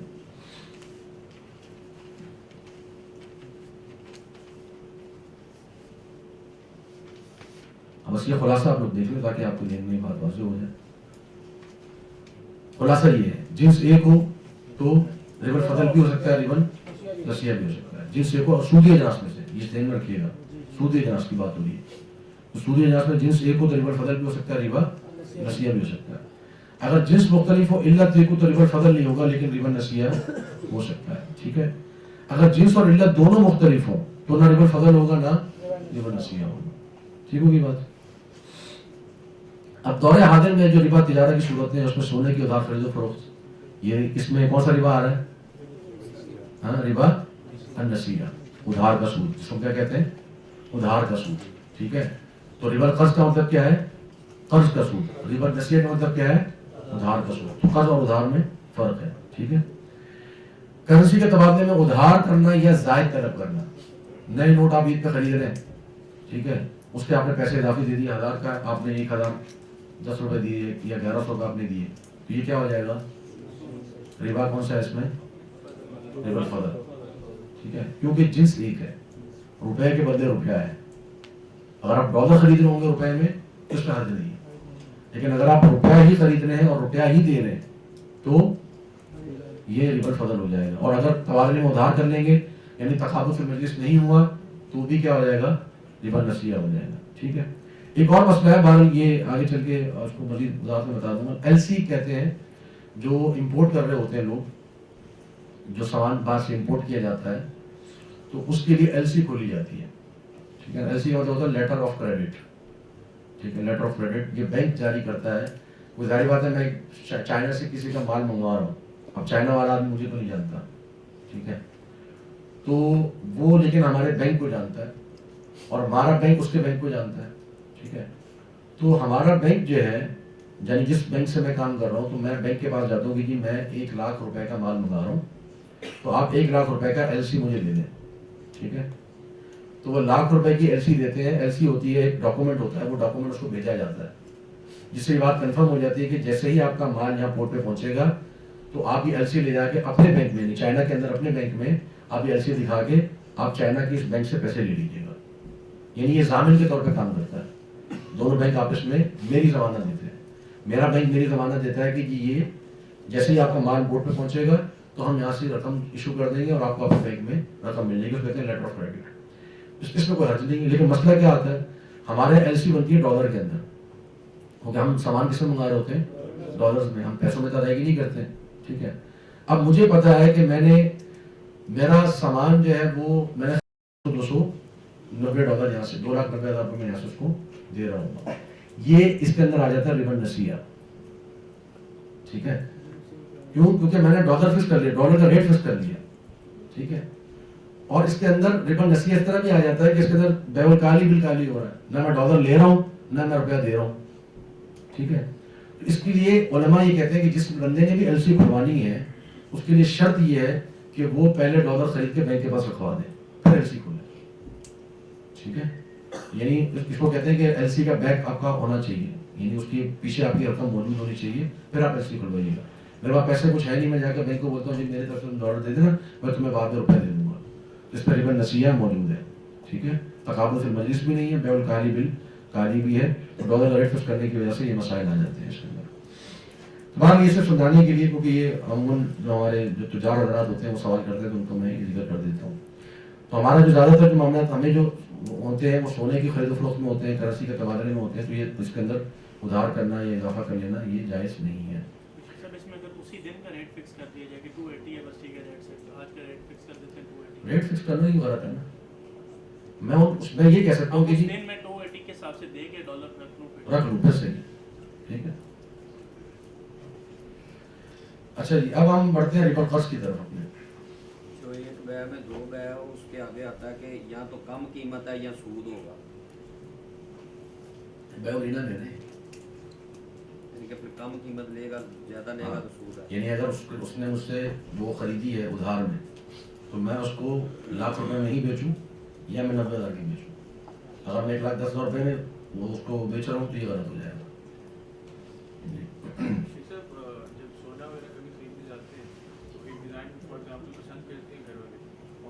کہتے ہیں کہ یہ آپ کے ہاتھ میں پورا نہیں آ رہا ہے تو آپ ایک پیمنٹ کرتے ہیں ایز اے گارنٹی یا آپ کا آرڈر فکس کرتے ہیں اور پھر آپ کو کچھ دن کے بعد بنا کرتے ہیں. یہ وہی ہو گیا نا, اس میں ٹوٹل پیمنٹ نہیں ہوتی تو اور مسئلہ ہو گیا. یہ ایک طرف سے پوری پیمنٹ نہیں ہو رہی ہے, اور مسئلہ ہو گیا. ربا نسیہ جائز نہیں ہے اس کے اندر. اس کے اندر صورت مختلف, جس کو ہم کہتے ہیں مخارج شرعی ہے جس کو ہم کہتے ہیں, تو اس کے اندر مختلف صورتیں ہیں. جیسے نبی صلی اللہ علیہ وسلم نے جناب بلال رضی اللہ عنہ کو بتایا تھا کہ جب وہ تمر لے کر آئے تھے کھجور خیبر کی, تو نبی صلی اللہ علیہ وسلم فرمایا کہ اکل تمر خیبر آ کر, کہ ہر خیبر کی کھجور ایسی ہوتی ہے. تو جناب بلال نے کہا کہ نہیں, ہم جو ردی کھجور ہوتی ہے وہ 2 سا دے کر اچھی کھجور 1 سا لے لیتے ہیں. آپ صلی اللہ علیہ وسلم فرمایا کہ یہ جائز نہیں ہے, بلکہ تم یہ کرو کہ پہلے کھجور کو بیچو, 2 سا جو ہے اس کو بیچو, جو قیمت ملے اس سے 1 سا تم کھجور لے لو. تو نبی صلی اللہ علیہ وسلم نے یہاں پہ حیلہ نہیں فرمایا, یہ مخرج شرعی کہلاتا ہے. ٹھیک ہے, حیلہ کی بات آگے چل کے آئے گی تو انشاءاللہ اس میں وضاحت ہو جائے گی. تو ہم کچھ مخرج شرعی نکال سکتے ہیں اس کے, ٹھیک ہے, وہ مختلف علماء نے بیان کیے ہیں. ٹھیک ہے, مثال کے طور پہ کوئی شخص جو ہے وہ اس سے گولڈ خریدے پہلے کہ جی آپ گولڈ اپنے پاس رکھیں, میں آ کے آپ کو پیمنٹ کر دوں گا اور آپ گولڈ مجھے دے دیں. اب بڑھائی کے لیے میں گولڈ آپ کو دے رہا ہوں, اس کی جو بڑھائی ہے وہ بعد میں مجھ سے لے لیجیے گا, اس میں بات نہیں. ٹھیک ہے, انشاءاللہ اس میں حاضر نہیں. یا پھر وہ سودا مکمل نہ کرے, وہ کہے کہ جی ٹھیک ہے آپ یہ گولڈ بنا کے رکھیں, میں جس دن آؤں گا اس دن کی جو قیمت ہوگی اس کے پاس خریداری کر لیں گے. مطلب اس ٹائم پہ کوئی بھی ڈاؤن پیمنٹ یا نہیں, وہ نہیں کر سکتے, وہ نہیں کر سکتے. چلیے آگے ہم چلتے ہیں. اہم ترین جو معاملہ ربا الفضل کے حوالے سے ہے وہ ہے بینک کا معاملہ. ٹھیک ہے, بینک اصل میں لفظ جو ہے نا بینک انگلش کا, یہ اصل میں نکلا ہے اٹالین زبان بینچ سے. ٹھیک ہے, یعنی بینک کا لغوی کوئی معنی نہیں ہے اصل میں, اپنا کوئی یعنی بینک اصل میں بینچ ہے. ٹھیک ہے, اور بینچ سے بینک بنا, انگلش میں آیا تو یہ بینک بن گیا. ٹھیک, یعنی جس پہ بیٹھتے ہیں جس کو بینچ کہتے ہیں بیٹھنے کی جگہ, اس کو بینک کہہ دیا. اس کو بینک یا بینچ کیوں کہا جاتا تھا وہ جب انشاءاللہ آپ ہسٹری پڑھیں گے تو آپ کو اس سے واضح ہو جائے گا. لیکن اس کی تعریف کیا ہے بینک کی تعریف یہ ہے کہ بینک ایک مالیاتی ادارہ ہے اور مالیاتی واسطہ ہے, ایک فائنینشیل انسٹیٹیوشن, فائنینشیل انٹرمیڈیری جس کو ہم کہتے ہیں. کہ یہ ایک مالیاتی ادارہ ہے, مالیاتی واسطہ ہے, جو کیا کرتا ہے, اس کے 2 کام ہیں. یہ پیسہ جمع کرتا ہے, پیسہ لوگوں سے لیتا ہے. ٹھیک ہے, ایکسپٹ ڈپازٹس, اور پھر ان ڈپازٹ کو کیا کرتا ہے, ان کو کیا کرتا ہے, channel does deposits into lending activities, کہ اس کو وہ قرض کی سرگرمیوں میں استعمال کرتا ہے. لوگوں سے پیسہ لیتا ہے, پیسہ لے کے آگے قرض پہ دے دیتا ہے. بینک کا یہ کام ہے اصل میں. اس کا جو سورس آف انکم ہے, اس کا جو ذریعہ آمدن ہے بینک کا, وہ کیا ہے, قرض پر سود لینا. ٹھیک ہے, یہ اس کا سورس آف انکم ہے بینک کا. تو یہ اس کی تعریف ہے بینک کی. بینک پر بات کرنے سے پہلے ہم جو ہے نا بات کریں گے کرنسی کے اوپر, کہ کرنسی کیا چیز ہے اور کہاں سے آئی اور کس طریقے سے کرنسی آئی. کرنسی جو ہے اس کے جو بنیادی خصوصیات یا مواصفات یا علامات جو ہم کہتے ہیں کریکٹرسٹکس جو ہیں اس کی بنیادی طور پہ سب سے اہم ترین ہے جس کو کہتے ہیں میڈیم آف ایکسچینج, یعنی تبادلے کا ذریعہ. ٹھیک ہے, الوسیط جس کو ہم کہتے ہیں, وسیط التبادل, کہ وہ تبادلے کا وسیط ہے یا ذریعہ ہے. کیا مطلب, میں نے مثال کے طور پہ جو ہے وہ گاڑی خریدنی ہے. ٹھیک ہے, اور میرے پاس جو ہے وہ مثال کے ایک پلاٹ موجود ہے. اب میں گاڑی والے کو جا کے کہوں کہ جی یہ پلاٹ آپ اس سے لے لو, گاڑی مجھے دے دو, تو یہ ممکن نہیں ہے. تو میں کیا کرتا ہوں, میں وہ پلاٹ بیچتا ہوں, پیسے لیتا ہوں, ان پیسوں کے ذریعے سے میں کیا کرتا ہوں. ٹھیک, تو میں نے آپ کو کل بھی بتایا تھا کہ جو کرنسی ہے, جو روپیہ ہے, وہ وسیلہ ہے نہ کہ مقصد. سمن جو ہے وہ اصل میں کیا ہے, وسیلہ ہے. سمن اصل مقصود نہیں ہے. مقصود کیا چیز ہوتی ہے, مسمن, جو اشیاء ہے وہ اصل مقصود ہوتی ہے. تو یہ تبادلے کا ذریعہ تو بنیادی طور پہ یہ ہے. پھر اس میں مزید مواصفات آ جاتی ہیں, وہ ویسے آپ کو میں ذکر کر دیتا ہوں. اسٹور آف ویلیو جس کو کہتے ہیں, قدر کا مجموعہ, یعنی اس کے اندر ایک قدر ہونی چاہیے. جیسے 100 روپے تو پتہ ہے اس کی 100 روپے کی قدر ہے, 1000 روپے اس کی 100,000 کی قدر ہے. ٹھیک ہے, جس کو کہتے ہیں ویلیو. یونٹ آف اکاؤنٹس, شماری اکائی. یونٹ آف اکاؤنٹ کے یعنی اس کو آپ گن سکتے ہو. ٹھیک ہے نا. اور یہ جتنا زیادہ اس کو آج کل کی جدید اسلام میں کہا جاتا ہے کہ جتنا زیادہ کسی کرنسی کو توڑا جا سکتا ہو اتنا زیادہ وہ کرنسی جو ہے وہ بہتر انداز سے کام کرتی ہے. جیسے مثال کے طور پہ آپ کا 100 روپیہ ہے تو وہ 50 کے 2 میں تقسیم ہو جائے گا. پھر وہ 50 جو ہے وہ 10 کے 5 میں تقسیم ہو جائے گا. پھر وہ 10 جو ہے وہ 1 کے 10 میں تقسیم ہو جائے گا. پھر وہ 1 جو ہے وہ 100 پیسوں کے حصے میں تقسیم ہو جائے گا. ٹھیک ہے. 5000 آپ کا 1000 میں تقسیم ہوگا, 1000 آپ کا 500 میں تقسیم ہوگا, 500 آپ کا 100 میں تقسیم ہوگا, 100 آپ کے 50,000 میں تقسیم ہو جائیں گے. 50 والے 10 میں, 10 والے 1 میں, 1 والا 100 میں. اتنا زیادہ آپ تقسیمات اس کی کر سکتے ہیں. ٹھیک ہے. تو اس کو کہتے ہیں یونٹ آف اکاؤنٹ. اس سے کیا ہوتا ہے کہ قیمت بنانے میں آسانی ہوتی ہے. قیمت بنانے میں آسانی ہوتی ہے. اب خیر ہمارے یہاں تو وہ پیسے کا استعمال نہیں ہوتا, لیکن جب آپ جاتے ہیں پیٹرول ڈلوانے وہاں پوائنٹ لکھا ہوتا ہے نا, 0.41, 0.83, تو پیسہ وہاں پہ استعمال ہو رہا ہے. اور وہ ہمیں محسوس نہیں ہوتا, لیکن جب وہ ایک بڑی مقدار میں آتا ہے وہ 0.41, اگر 1000 لوگ ڈلوا رہے ہوں گے تو وہ ہزاروں میں چلا جائے گا, 1,00,000 لوگ ڈلوا رہے ہوں گے تو لاکھوں میں چلا جائے گا. ٹھیک ہے. تو جتنا زیادہ اس کو آپ تقسیم کر سکتے ہو اتنا زیادہ اس کو کرنسی کو بہتر سمجھا جاتا ہے. اور ایک اور کہتے ہیں جس کو ہم کہتے ہیں کہ ڈیفرڈ پیمنٹ کا جو اسٹینڈرڈ بن جائے, یعنی مؤخر ادائیگی کا ذریعہ بن جائے. یعنی آپ بعد میں ادائیگی کے لیے کہہ سکتے ہو, مثال یعنی جیسے آپ رجل کر رہے ہیں, ادھار کی میں کر رہا ہوں, کہتے ہیں کہ میں 1 سال کے بعد دوں گا, اتنے پیسے آپ کو دوں گا, اتنے روپے آپ کو دوں گا, تو مؤخر ادائیگی کا ایک ذریعہ بن جائے. لیکن بنیادی جو اس کا وہ ہے جس کو کہتے ہیں علامت, وہ کیا ہے؟ تبادلے کا ذریعہ, میڈیم آف ایکسچینج جس کو ہم کہتے ہیں. ٹھیک ہے. اب کرنسی کہاں سے شروع ہوئی ہے, تاریخ اس کی؟ سب سے پہلے جو کرنسی آئی ہے وہ آئی ہے کہ ہم جس میں کہتے ہیں قیمتی اشیاء کا تبادلہ, اس کو کہتے ہیں بارٹر ٹریڈنگ. بارٹر ٹریڈنگ یعنی آپ چیز دے رہے ہیں, چیز لے رہے ہیں, قیمتی اشیاء کے اندر تبادلہ ہو رہا ہے, ضرورت کی چیزوں کا تبادلہ ہو رہا ہے. یہ بہت زمانہ قبل ہزاروں سال پہلے اتنا ہوتا تھا. پھر سونا چاندی کا استعمال بطور دھات کے اس لیے شروع ہوا. ٹھیک ہے. یہ بہت عرصے تک چلتا رہا. اس کے بعد پھر جو ہے جو شروع ہوا وہ ہوا سونا چاندی کا استعمال بطور کرنسی کے. ٹھیک ہے. اور یہ بھی زمانہ قبل مسیح سے اس کا آغاز ہو چکا تھا. یہ کچھ کوائنز ہیں پرانے, اس کا اندازہ یہ لگایا جاتا ہے کہ سونا باقاعدہ جو بن کے آیا, ٹھیک ہے, کرنسی کے اندر, وہ عیسیٰ علیہ السلام سے 600 سال پہلے شروع ہوا ہے. ٹھیک ہے. اس کا مطلب کیا ہے کہ نبی صلی اللہ علیہ وسلم کے زمانے تک اس کو تقریباً 1200 سال ہو چکے تھے. ٹھیک ہے. تو اس وقت تک کرنسی جو ہے وہ استعمال ہو رہی تھی. نبی صلی اللہ علیہ وسلم کے زمانے میں جو کرنسی استعمال ہو رہی تھی وہ کیا تھی؟ درہم اور دینار. درہم اور دینار. ٹھیک ہے. دینار کس کا تھا؟ سونے کا. اور درہم چاندی کا. ٹھیک ہے. یہ دینار اور درہم کہاں بنتے تھے؟ روم اور فارس. ٹھیک ہے. روم اور فارس. تو نبی صلی اللہ علیہ وسلم کے زمانے میں جو کرنسی استعمال ہو رہی تھی وہ کفار کی کرنسی استعمال ہو رہی تھی. ٹھیک ہے. کیوں؟ کیونکہ اس وقت تک ظاہری بات ہے کہ جو ریاست تھی مدینہ کی یا اسلامی ریاست تھی وہ اتنی مضبوط نہیں ہوئی تھی کہ ان کے پاس اتنا گولڈ ہوتا کہ اس گولڈ کو وہ کرنسی میں ڈھال سکتے. ٹھیک ہے.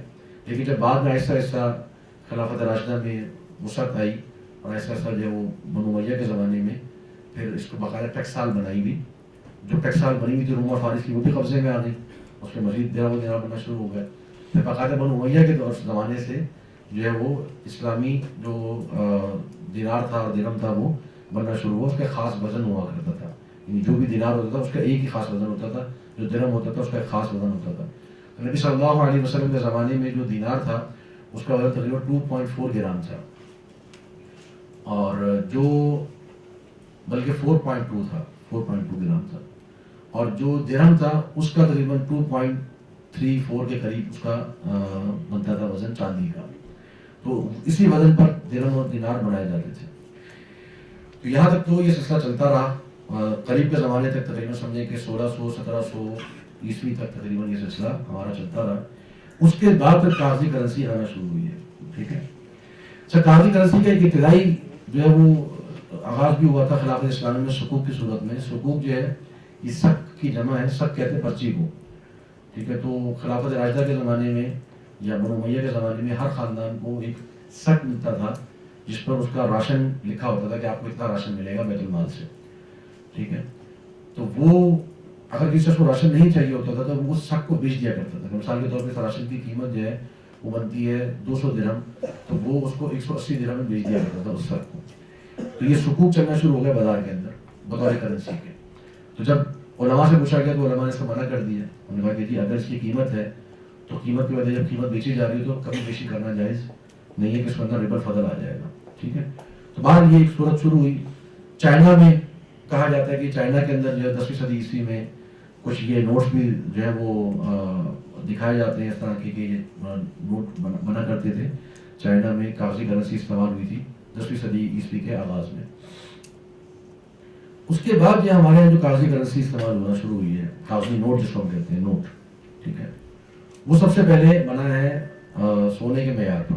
یعنی جتنا سونا ہوتا تھا اتنا ہی نوٹ چھاپا جاتا تھا.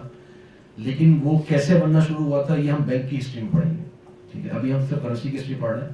تو کرنسی کی ہسٹری میں جو 5واں مرحلہ آیا وہ کیا ہے کہ نوٹ بننا شروع ہوئے سونے کے معیار پہ. یعنی جتنا جس کے پاس سونا ہے اتنے وہ نوٹ چھاپ سکتا ہے. ٹھیک ہے. اس بنیاد پہ نوٹ انہوں نے چھاپنا شروع کیا.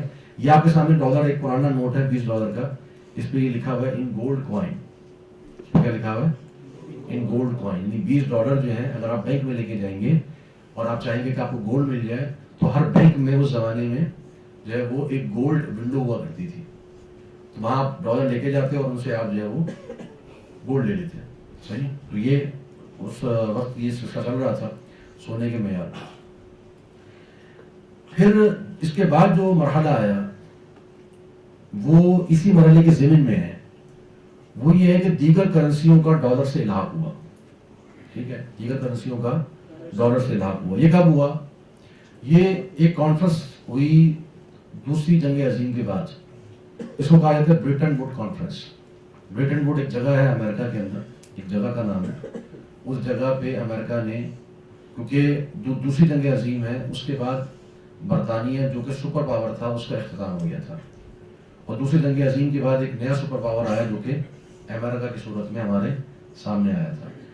اور اس کے ساتھ ساتھ بلکہ کہا جاتا ہے کہ اس وقت پھر دنیا جو ہے وہ 2 سپر پاور کے اندر تقسیم ہو گئی تھی. ایک طرف جو سوویت یونین تھی، ایک طرف امریکہ تھا. لیکن امریکہ بہت زیادہ پاورفل تھا.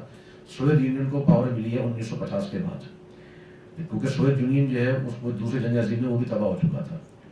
لیکن اس نے دوبارہ اپنے آپ کو ریوائیو کیا اور پھر 1950 کے بعد وہ اپنے پیروں پہ کھڑا ہوا اور پھر اس نے امریکہ کو آنکھیں دکھانا شروع کی. تو 1940-42 میں جب یہ جنگ عظیم ختم ہوئی ہے تو اس کے بعد پوری دنیا میں جو صحیح سلامت ملک تھا وہ امریکہ تھا. ٹھیک ہے. اور امریکہ اس لیے بھی سپر پاور بن چکا تھا اس وقت کیونکہ، اور میں تھوڑا سا آپ کو تاریخ کی طرف لے کے جا رہا ہوں تاکہ آپ کو یہ چیزیں سمجھ میں آئیں.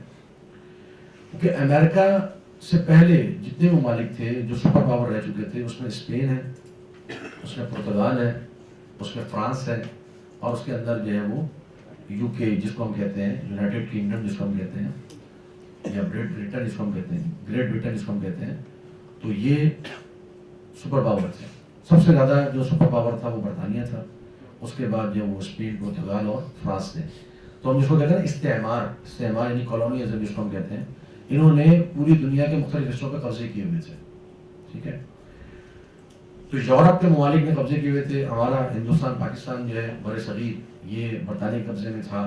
فلسطین پورا یہ برطانوی قبضے میں تھا. مصر کا علاقہ برطانوی قبضے میں تھا. افریقہ کے بہت سارے علاقے جو ہیں وہ فرانس اور یورپ کی، یہ مراکش ٹونس یعنی اسپین کے پاس تھے. فرانس کے پاس یہ سوڈان اور صومالیہ تھا. ٹھیک ہے. تو یہ عرب ممالک جو ہیں یہ بھی اس کے اندر بھی تقسیم ہوئی تھی. بعض ان کے پاس تھے برطانیہ کے پاس، بعض جو ہے وہ اسپین کے پاس تھے، پرتگال کے پاس تھے. سلطنت عثمانیہ جب ختم ہوئی ہے، امریکہ نے کسی پر قبضہ نہیں کیا ہوا تھا. امریکہ اپنے ملک کے اندر چین اور امن سے رہ رہا تھا اور اس نے جو ہے وہ کسی ملک پر بھی قبضہ نہیں کیا ہوا تھا. وہ کالونیزم کے اندر شامل نہیں تھے. جو ممالک کالونیزم کے اندر شامل تھے وہ تباہ ہوئے. ٹھیک ہے. وہ تباہ ہوئے اور اپنے کالونیزم انہوں نے ختم کی. جب ختم کر رہے تھے تو یہاں نیو ورلڈ آرڈر آیا اس وقت بغیر بتائے ہوئے. اور اس کے پیچھے سارا معاملہ وہ پتہ ہے یہودی. اور آج تو لوگ مانتے ہیں اس چیز کو. پہلے علماء کہتے تھے یہودی سازش، تو لوگ کہتے تھے ہر چیز یہودی پر ڈال دیتے ہیں. ہر چیز یہودوں پہ نہیں ڈالنی چاہیے. اتنا بھی انسان کو ظاہری بات ہے وہ ان کی کوئی حیثیت ہے، طاقت نہیں ہے. لیکن سازش جو وہ کر رہے ہیں اس کی انسان کو آگاہی رہنی چاہیے. ٹھیک ہے. تو اس وقت انہوں نے کیا کیا کہ ایک بریٹن ووڈ کانفرنس بلائی. امریکہ نے یہ طے کیا کہ جی ہم جو ہے وہ چونکہ ہمارے پاس پیسہ موجود ہے, آپ لوگ تباہ ہو چکے ہیں. برطانیہ تباہ ہو گیا تھا, فرانس, اسپین, جرمنی جو شامل تھا جنگ عظیم میں, ہٹلر تھا وہ تباہ ہو چکا تھا. تو انہوں نے کہا کہ ہم آپ کو آباد کرنے کے لیے ہم آپ کو رقم دیں گے, ہم آپ کو پیسے دیں گے, آپ اپنے آپ کو آباد کریں, ڈیولپ کریں, لیکن اس کے لیے آپ کو امریکہ آنا پڑے گا. تو اپنے نمائندے انہوں نے اپنے بھیجے 1944 میں بیٹن ووڈ کانفرنس, اور اس میں 2-3 فیصلے کیے گئے. ایک فیصلہ کیا گیا IMF کو بنانے کا. IMF کب بنا ہے؟ 1944 میں, ٹھیک ہے. اور اس وقت ایک بینک بنایا گیا جس کا نام تھا IBRD, ٹھیک ہے نا, international bank for revolution and development, ٹھیک ہے. تو یہ ایک بینک بنایا گیا, اس کو بعد میں ورلڈ بینک کا نام دیا گیا. تو ورلڈ بینک اور IMF یہ اسی زمانے میں بنے, اور 1944 میں ہی یونائٹڈ نیشن کا قیام کیا گیا, UN جس کو ہم کہتے ہیں اقوام متحدہ, یہ بھی 1944 میں بنائی گئی, ٹھیک ہے. اب آپ اندازہ کریں کہ 1944 سے لے کے 1954 تک یا 1955 تک تقریباً 30 سے زیادہ ممالک آزاد ہوئے ہیں. پاکستان اس میں شامل ہے, ہندوستان اس میں شامل ہے, چائنا اس میں شامل ہے, ٹھیک ہے نا. 30 سے زیادہ ممالک, عراق, مصر, تیونس, مراکش, یہ سارے ممالک اسی زمانے 10 سال کے اندر آزاد ہوئے. کیوں؟ کیونکہ اس سے پہلے 1944 سے پہلے کالونیزم فوج کی بنیاد پر تھی. آج کالونیزم ہے معیشت کی بنیاد پر. انہوں نے ممالک کو جکڑا فائنینشیل سسٹم کے اندر, IMF کے تھرو, UN کے تھرو, ورلڈ بینک کے تھرو, ان کو جکڑا فائنینشیل سسٹم کے اندر, جس کو ہم کل میں ذکر کر رہا تھا کیپٹلزم کا. اور پھر انہوں نے ممالک کو آزاد کرنا شروع کر دیا کہ اب یہ آزاد ہو بھی جائے تو کچھ نہیں کر سکتے. اور ایسا ہی آج تک چلا آ رہا ہے, ٹھیک ہے.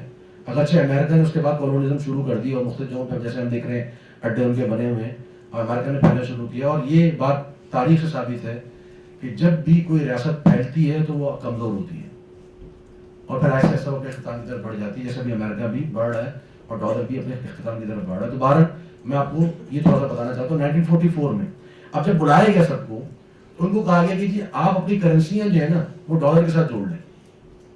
کیا مطلب ہے؟ مطلب یہ ہے کہ اگر فرانس جو ہے وہ برطانیہ سے کوئی چیز خریدے گا, برطانیہ جو ہے وہ اسپین سے کچھ خریدے گا, اسپین اگر جرمنی سے کچھ خریدے گا, تو یہ ساری خرید و فروخت ڈالر میں ہونی چاہیے, ٹھیک ہے. اب اس کے لیے ان ممالک کو کیا چاہیے؟ ڈالر. تو امریکہ نے کہا جی ہم ڈالر آپ کو دیتے ہیں قرضے کے طور پہ, آپ ڈالر لیجیے. اور اپنا جو فورن ریزرو کہتے ہیں زر مبادلہ کو, زر مبادلہ کا نام سنا ہوگا, زر کہتے ہیں کرنسی کو, مبادلہ کہتے ہیں تبادلہ زر نہیں. یہ جو بین الاقوامی مبادلہ ہوتا ہے چیزوں کا, وہ کس میں ہوتا ہے؟ ڈالر کے اندر. پاکستان اگر سعودیہ سے تیل خرید رہا ہے تو پاکستانی روپے میں پیمنٹ نہیں کرتا, پاکستان ریال میں بھی پیمنٹ نہیں کرتا, پاکستان کس میں پیمنٹ کرتا ہے؟ ڈالر میں, ٹھیک ہے. تو یہ ساری کرنسی کو علاقے کا ڈالر سے. اور اس وقت یہ بتایا گیا لوگوں کو, ممالک کو, کہ یہ ڈالر جو ہے وہ منسلک ہے گولڈ کے ساتھ, ڈالر کے ساتھ منسلک ہے گولڈ کے ساتھ, ٹھیک ہے. تو اب آگے کی جو سلسلہ بتا دو, یہ اس کی تصویر ہے 1944 کی, دا بیٹن ووڈ کانفرنس کی, ٹھیک ہے, the creation of the world bank and the IMF. آپ اگر سرچ کریں گے بیٹن ووڈ کو تو آپ کو یہ ساری چیزیں مل جائیں گی انٹرنیٹ کے اوپر. اب 1944 سے 1971 تک ایک سسٹم چلا, 1971 تک, 1971 تک, 44 سے 71 تک وہ مرحلے بار چلا. اس میں پہلا مرحلہ کیا تھا؟ دا بیٹن ووڈ سسٹم جس کو ہم کہتے ہیں, وہ چلا 1944 سے 1971 تک. پہلا مرحلہ یہ تھا کہ ہر ملک کی اپنی کرنسی تھی, ٹھیک ہے. یورو اپنا پاؤنڈ تھا, ٹھیک ہے. اسی طریقے سے جرمنی کا یورو تھا, اور اسی طریقے سے جو وہ فرانس کا تھا, ٹھیک ہے. ڈالر تھا امریکہ کا. تو ہر ایک ملک کی اپنی کرنسی ہوتی تھی, اور وہ آپس میں طے کرتے تھے بھائی یہ چیز اس کرنسی میں کتنے کی بنے گی. کوئی ایک اسٹینڈرڈ نہیں تھا اس وقت. پھر جنگ عظیم کے بعد بیٹن ووڈ کانفرنس ہوئی, اور اس میں انہوں نے کہا گیا کہ جی ہم سب کی سب اپنی کرنسیاں پیچ کر دیں گے, پیچ یعنی مشترک کر دیں گے, ملک کر دیں گے ڈالر کے ساتھ, ٹھیک ہے. اور ڈالر کیا ہوگا؟ انہوں نے کہا کہ جو ڈالر جو ہے وہ بیکڈ بائی گولڈ ہے. بیکڈ بائی گولڈ کا مطلب کیا ہے کہ ڈالر کے پیچھے کیا ہے؟ گولڈ ہے, سونا ہے, ٹھیک ہے. اور اس کی انہوں نے قیمت مقرر کی کہ $1 کے بدلے آپ کو 35 اونس گولڈ ملے گا. $1 کے بدلے آپ کو 35 اونس گولڈ ملے گا. اونس مجھے اسی طرح یاد نہیں ہے کہ کتنا بنتا ہے ہمارے گرام کے اندر. اونس 12 گرام جیسی ایک وہ ہے مقدار, لیکن یہ زیادہ بنتی ہے میرا خیال ہے 30 گرام تقریباً. ہاں, تو اندازہ کر لیں 30 گرام ایک اونس بنتا ہے, یا 35 اونس ایک 30 گرام بنتا ہے. 30 گرام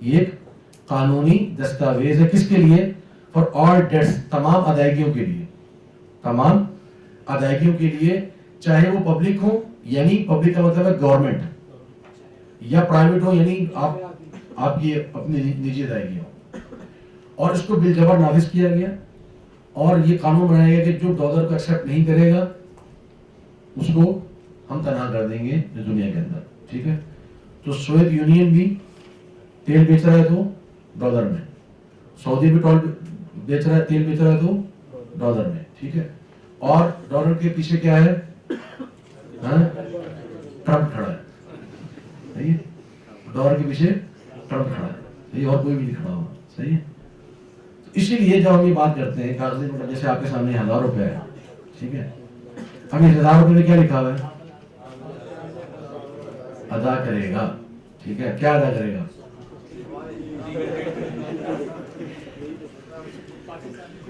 حکومت پاکستان کی ضمانت سے جاری ہوا. تو 1000 روپے کے پیچھے کھڑے ہوئے ہیں شہباز شریف. ٹھیک ہے. اور ڈالر کے پیچھے کھڑے تو بہرحال تو آج جو روپیہ ہے اس کے پیچھے صرف گورنمنٹ ہے. ٹھیک ہے. اب سوال یہ رہ گیا کہ گورنمنٹ تو کھڑی ہے لیکن روپیہ بنتا کیسے، جاری کیسے ہوتا ہے. ٹھیک ہے. یہ ہم سوال کا جواب دیں گے آگے چل کے انشاءاللہ. ٹھیک ہے. تو کرنسی آپ کو میرا خیال ہے سمجھ میں آ گئی ہوگی انشاءاللہ. ٹھیک ہے. جو آج کا سسٹم چل رہا ہے، جو ابھی تک کا جو سسٹم ہے آج کے دن تک جو چل رہا ہے وہی سسٹم چل رہا ہے، انشاءاللہ آپ کو سمجھ میں آ گیا ہوگا. اب آ جائیں ڈیجیٹل کرنسی کی طرف، کرپٹو کرنسی جس کو ہم کہتے ہیں. ٹھیک ہے. تو کرپٹو کرنسی جو ہے، ڈیجیٹل اینڈ کرپٹو کرنسی، اس کو ہم مختلف نام دیتے ہیں. اچھا، یہاں میں میرا خیال ہے شاید پچھلے سال بھی میں آیا تھا تو میں تھوڑی سی چیزیں اس کو بیان کیا تھا کہ ڈیجیٹل اور کرپٹو جو ہے اس میں تھوڑا سا فرق ہے. ڈیجیٹل جو ہے وہ ڈیجٹ سے نکلا ہے. ڈیجیٹل کس سے نکلا ہے؟ ڈیجٹس. اور ڈیجٹس اس کو کہتے ہیں نمبر جو ہوتے ہیں، اس کو ہم ڈیجٹس کہتے ہیں. ٹھیک ہے. تو جو چیز آپ کو نمبر میں نظر آ رہی ہوگی اس کو ہم کیا کہیں گے؟ یہ ڈیجٹس میں ہے. اور اسی کو جب وہ کرنسی ہوگی تو کہیں گے یہ ڈیجیٹل کرنسی ہے. ٹھیک ہے. تو آج جو آپ کا کاغذی کرنسی ہے نا، پیپر منی، وہ ڈیجیٹل کرنسی میں تبدیل ہو چکی ہے تقریباً. صحیح ہے. ڈیجیٹل کرنسی میں تبدیل ہو چکی ہے. کیسے؟ آپ مثال کے طور پہ ہر بندے کے پاس آپ جیز کیش موجود ہے. ٹھیک ہے. آپ جیز کیش کی آپ موبائل نکالتے ہیں، ایپ نکالتے ہیں، یا آپ ایزی پیسہ ایپ نکالتے ہیں. اس کے اندر جو لکھا ہوا آ رہا ہوتا ہے کہ جی آپ کے اکاؤنٹ میں 1000 روپے پڑے ہوئے ہیں یا 2000 روپے پڑے ہوئے ہیں، تو وہ آپ کو نوٹ نظر آ رہے ہوتے ہیں یا نمبر نظر آ رہے ہوتے ہیں؟ نمبر نظر آ رہے ہوتے ہیں. اس کو ہم کیا کہتے ہیں؟ یہ کیا ہے؟ Digital currency. یعنی وہی پیپر منی جو کس میں کنورٹ ہو گئی ہے؟ ڈیجیٹل کرنسی کے. اور ابھی گورنمنٹ کی پوری کوشش یہ ہے کہ وہ پیپر منی ختم نہیں کر دیں، وہ آپ کو ڈیجیٹل لے جائیں. آہستہ آہستہ لوگوں کو لے کے جا رہے ہیں کہ ادائیگی کرنی ہے تو اب جیسے ہم کارڈ کے ذریعے سے ادائیگی کر رہے ہوتے ہیں، ڈیبٹ کارڈ ہو گیا، ٹھیک ہے، کریڈٹ کارڈ ہو گیا. کریڈٹ کارڈ تو خیر جائز نہیں ہے کیونکہ کچھ لوگوں نے ڈیبٹ کارڈ بنائے ہوتے ہیں، اس پر آگے چل کے بات کریں گے. تو اس کو ہم کہتے ہیں پلاسٹک منی. ٹھیک ہے. ڈیبٹ کارڈ کو ہم کیا کہتے ہیں؟ پلاسٹک منی. یعنی وہ پلاسٹک ہے وہ اصل میں، اس کے ذریعے سے ادائیگی کر ہوتا ہے. اور جو آپ آج ادائیگی کر رہے ہیں، آپ نے بینک اکاؤنٹ میں گئے، آپ نے پیمنٹ کر دی، جیز کیش سے کر دی، اس کو ہم کہتے ہیں ڈیجیٹل کرنسی. کریڈٹ الاؤ نہیں ہے، ڈیبٹ الاؤ ہے. دوسری بات ہم کرتے ہیں کرپٹو کرنسی کی. کرپٹو کہتے ہیں کہ جس پر کوئی جو ہے نا وہ پہرا بٹھا دیا گیا ہو، اور جس کو انکرپٹڈ کہتے ہیں، کسی پر پاسورڈ لگا دینا، اس کو بند کر دینا. ٹھیک ہے. مشفرہ جس کو ہم کہتے ہیں، تشفیر کر دینا. تو یہ کرپٹو ایسی کرنسی ہے کہ جو بڑی محفوظ کرنسی جس کو ہم کہتے ہیں. ٹھیک ہے. کرپٹو کرنسی کا مطلب کیا ہو جائے گا کہ بڑی محفوظ کرنسی ہے. ٹھیک ہے. تو کرپٹو کرنسی بھی ڈیجیٹل کرنسی ہی ہے، لیکن ڈیجیٹل کرنسی جو ہے وہ صرف کرپٹو کرنسی نہیں ہوتی. ٹھیک ہے نا. تو عموم خصوص طلبا جو بیٹھے ہوئے ہیں، ٹھیک ہے، تو ڈیجیٹل کرنسی میں پیپر کرنسی بھی آ سکتی ہے، کرپٹو بھی آ سکتی ہے. لیکن جب آپ کرپٹو کہیں گے تو اس میں پیپر کرنسی نہیں آئے گی. ٹھیک ہے. تو کرپٹو ڈیجیٹل ہو سکتی ہے، اور کرپٹو ڈیجیٹل ہے. ہر کرپٹو کیا ہے؟ ڈیجیٹل ہے، لیکن ہر ڈیجیٹل کرپٹو نہیں ہے. ٹھیک ہے. تو یہ اس میں فرق ہے. تو کرپٹو کرنسی کو جو ہے وہ ہم ورچوئل کرنسی بھی کہتے ہیں، اور اس کو ہم ڈی سینٹرلائز کرنسی بھی کہتے ہیں. صحیح ہے. اور اس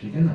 بڑے بڑے کمپیوٹر لگا کے انہوں نے گرافکس کارڈ لگائے ہوتے ہیں, گرافکس کارڈ بڑے بڑے لگا کے انہوں نے کمپیوٹر جو ہے وہ میتھمیٹکس کے ذریعے سے وہ ایسا نمبر بناتے ہیں جو کہ نمبر بس ایک ہی نمبر ہوتا ہے, وہ منفرد نمبر ہوتا ہے, وہ کسی کے اور کے پاس نہیں ہوتا. اور نمبر بنانے کے پورا طریقہ کار یہاں پہ دکھایا گیا ہے. باہر وہ نمبر ہر بلاک میں لگایا جاتا ہے, اگلے بلاک کا ایک اور نمبر الگ سے بنے گا, اس سے اگلے بلاک کا ایک اور نمبر الگ سے بنے گا. تو یہ بہت ہی پیچیدہ عمل ہوتا ہے, بہت پیچیدہ عمل ہوتا ہے. تو جب ایک بلاک مکمل ہو جاتا ہے, ایک بلاک جب مکمل ہو جاتا ہے, اب اس بلاک کی کوئی نقل نہیں بنا سکتا, اس بلاک کی کوئی نقل نہیں بنا سکتا. اور وہ بلاک جو ہیں جو جب بنتے ہیں تو وہ دنیا کے بہت سارے کمپیوٹرز کے اوپر رجسٹرڈ ہو جاتے ہیں, جن کو ہم نوٹس کہتے ہیں. یعنی وہ رجسٹر بنے ہوئے, ایک بندے نے دوسرے بندے کو جب تبادلہ کیا رقم کا, تو دنیا کے اندر جہاں پہ مثال کے طور پہ 50 بندے بیٹھے ہیں, سب نے اپنے پاس لکھ لیا بھائی فلاں نے احمد نے محمد کو اتنے پیسے دیے, سب نے لکھ لیا. ٹھیک ہے, تو اب یہ تبادلہ ہو گیا. اب یہ تبادلہ جو ہوا, اب اگر ایک بندہ اس تبادلے کے اندر مثال احمد نے محمد کو دیے تھے 500 روپے, ٹھیک ہے, اب اس تبادلے میں اگر کوئی بعد میں چھیڑخانی کرے گا, 500 نہیں 600 دیے تھے, تو وہ چند کمپیوٹر کے اندر تو کر سکتا ہے, باقی سب کے پاس وہ نہیں ہے, اس بلاک کو وہ چھیڑ نہیں سکتا. ٹھیک ہے, تو وہ جب ایک نیا بلاک بنتا ہے تو اس کی وجہ سے ایک نیا بٹ کوائن بنتا ہے. ٹھیک ہے, یا بٹ کوائن کا کچھ حصہ بنتا ہے. تو اس طریقے سے یہ بٹ کوائن وجود میں آتا ہے, یعنی مائننگ کے ذریعے سے بٹ کوائن وجود میں آ رہے ہیں. ٹھیک ہے, یہ کہیں پرنٹ نہیں ہو رہے, جتنی مائننگ بڑھ رہی ہے اتنے زیادہ بٹ کوائن وجود میں آتے ہیں. اور یہاں پر جو سائنسدان ہیں جو کمپیوٹر سائنس کے ہوتے ہیں وہ بتاتے ہیں کہ یہ بٹ کوائن جو ہے وہ 21 ملین سے زیادہ نہیں بن سکتے, یعنی 2 کروڑ 10 لاکھ سے زیادہ بٹ کوائن نہیں بنائے جا سکتے. بٹ کوائن جو ہے, بٹ جو ہے نا, بٹ یہ کہتے ہیں کمپیوٹر کا سب سے چھوٹا نمبر ہوتا ہے, اس کو بٹ کہا جاتا ہے. ٹھیک ہے, 0101 اس کو بٹ کہا جاتا ہے. اور کوائن جو ہے وہ اس کو کہتے ہیں, کیا کہتے ہیں اس کو, جو سکہ جس کو ہوتا ہے کوائن اس کو کہتے ہیں. ٹھیک ہے, تو بٹ کوئن نہیں کہہ دیجیے گا اس کو, والوں کہتے ہیں بٹ کوئن. ہاں, تو کوئن جو ہے وہ آپ کے گھر میں ہوگی, تو یہ ہے بٹ کوائن. صحیح ہے, نہیں ہے.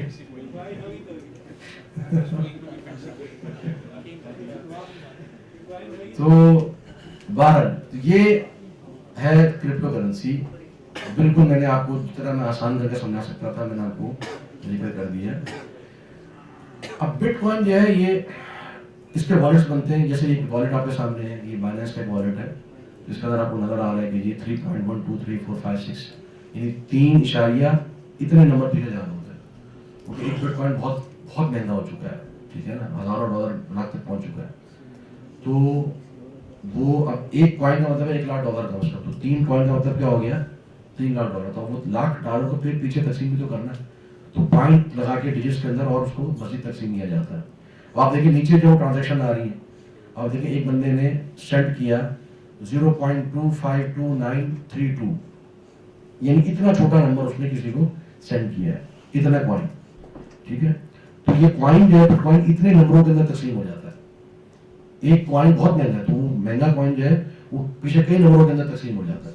تو چھوٹے سے چھوٹا نمبر بھی آپ کسی کو بھیج سکتے ہیں.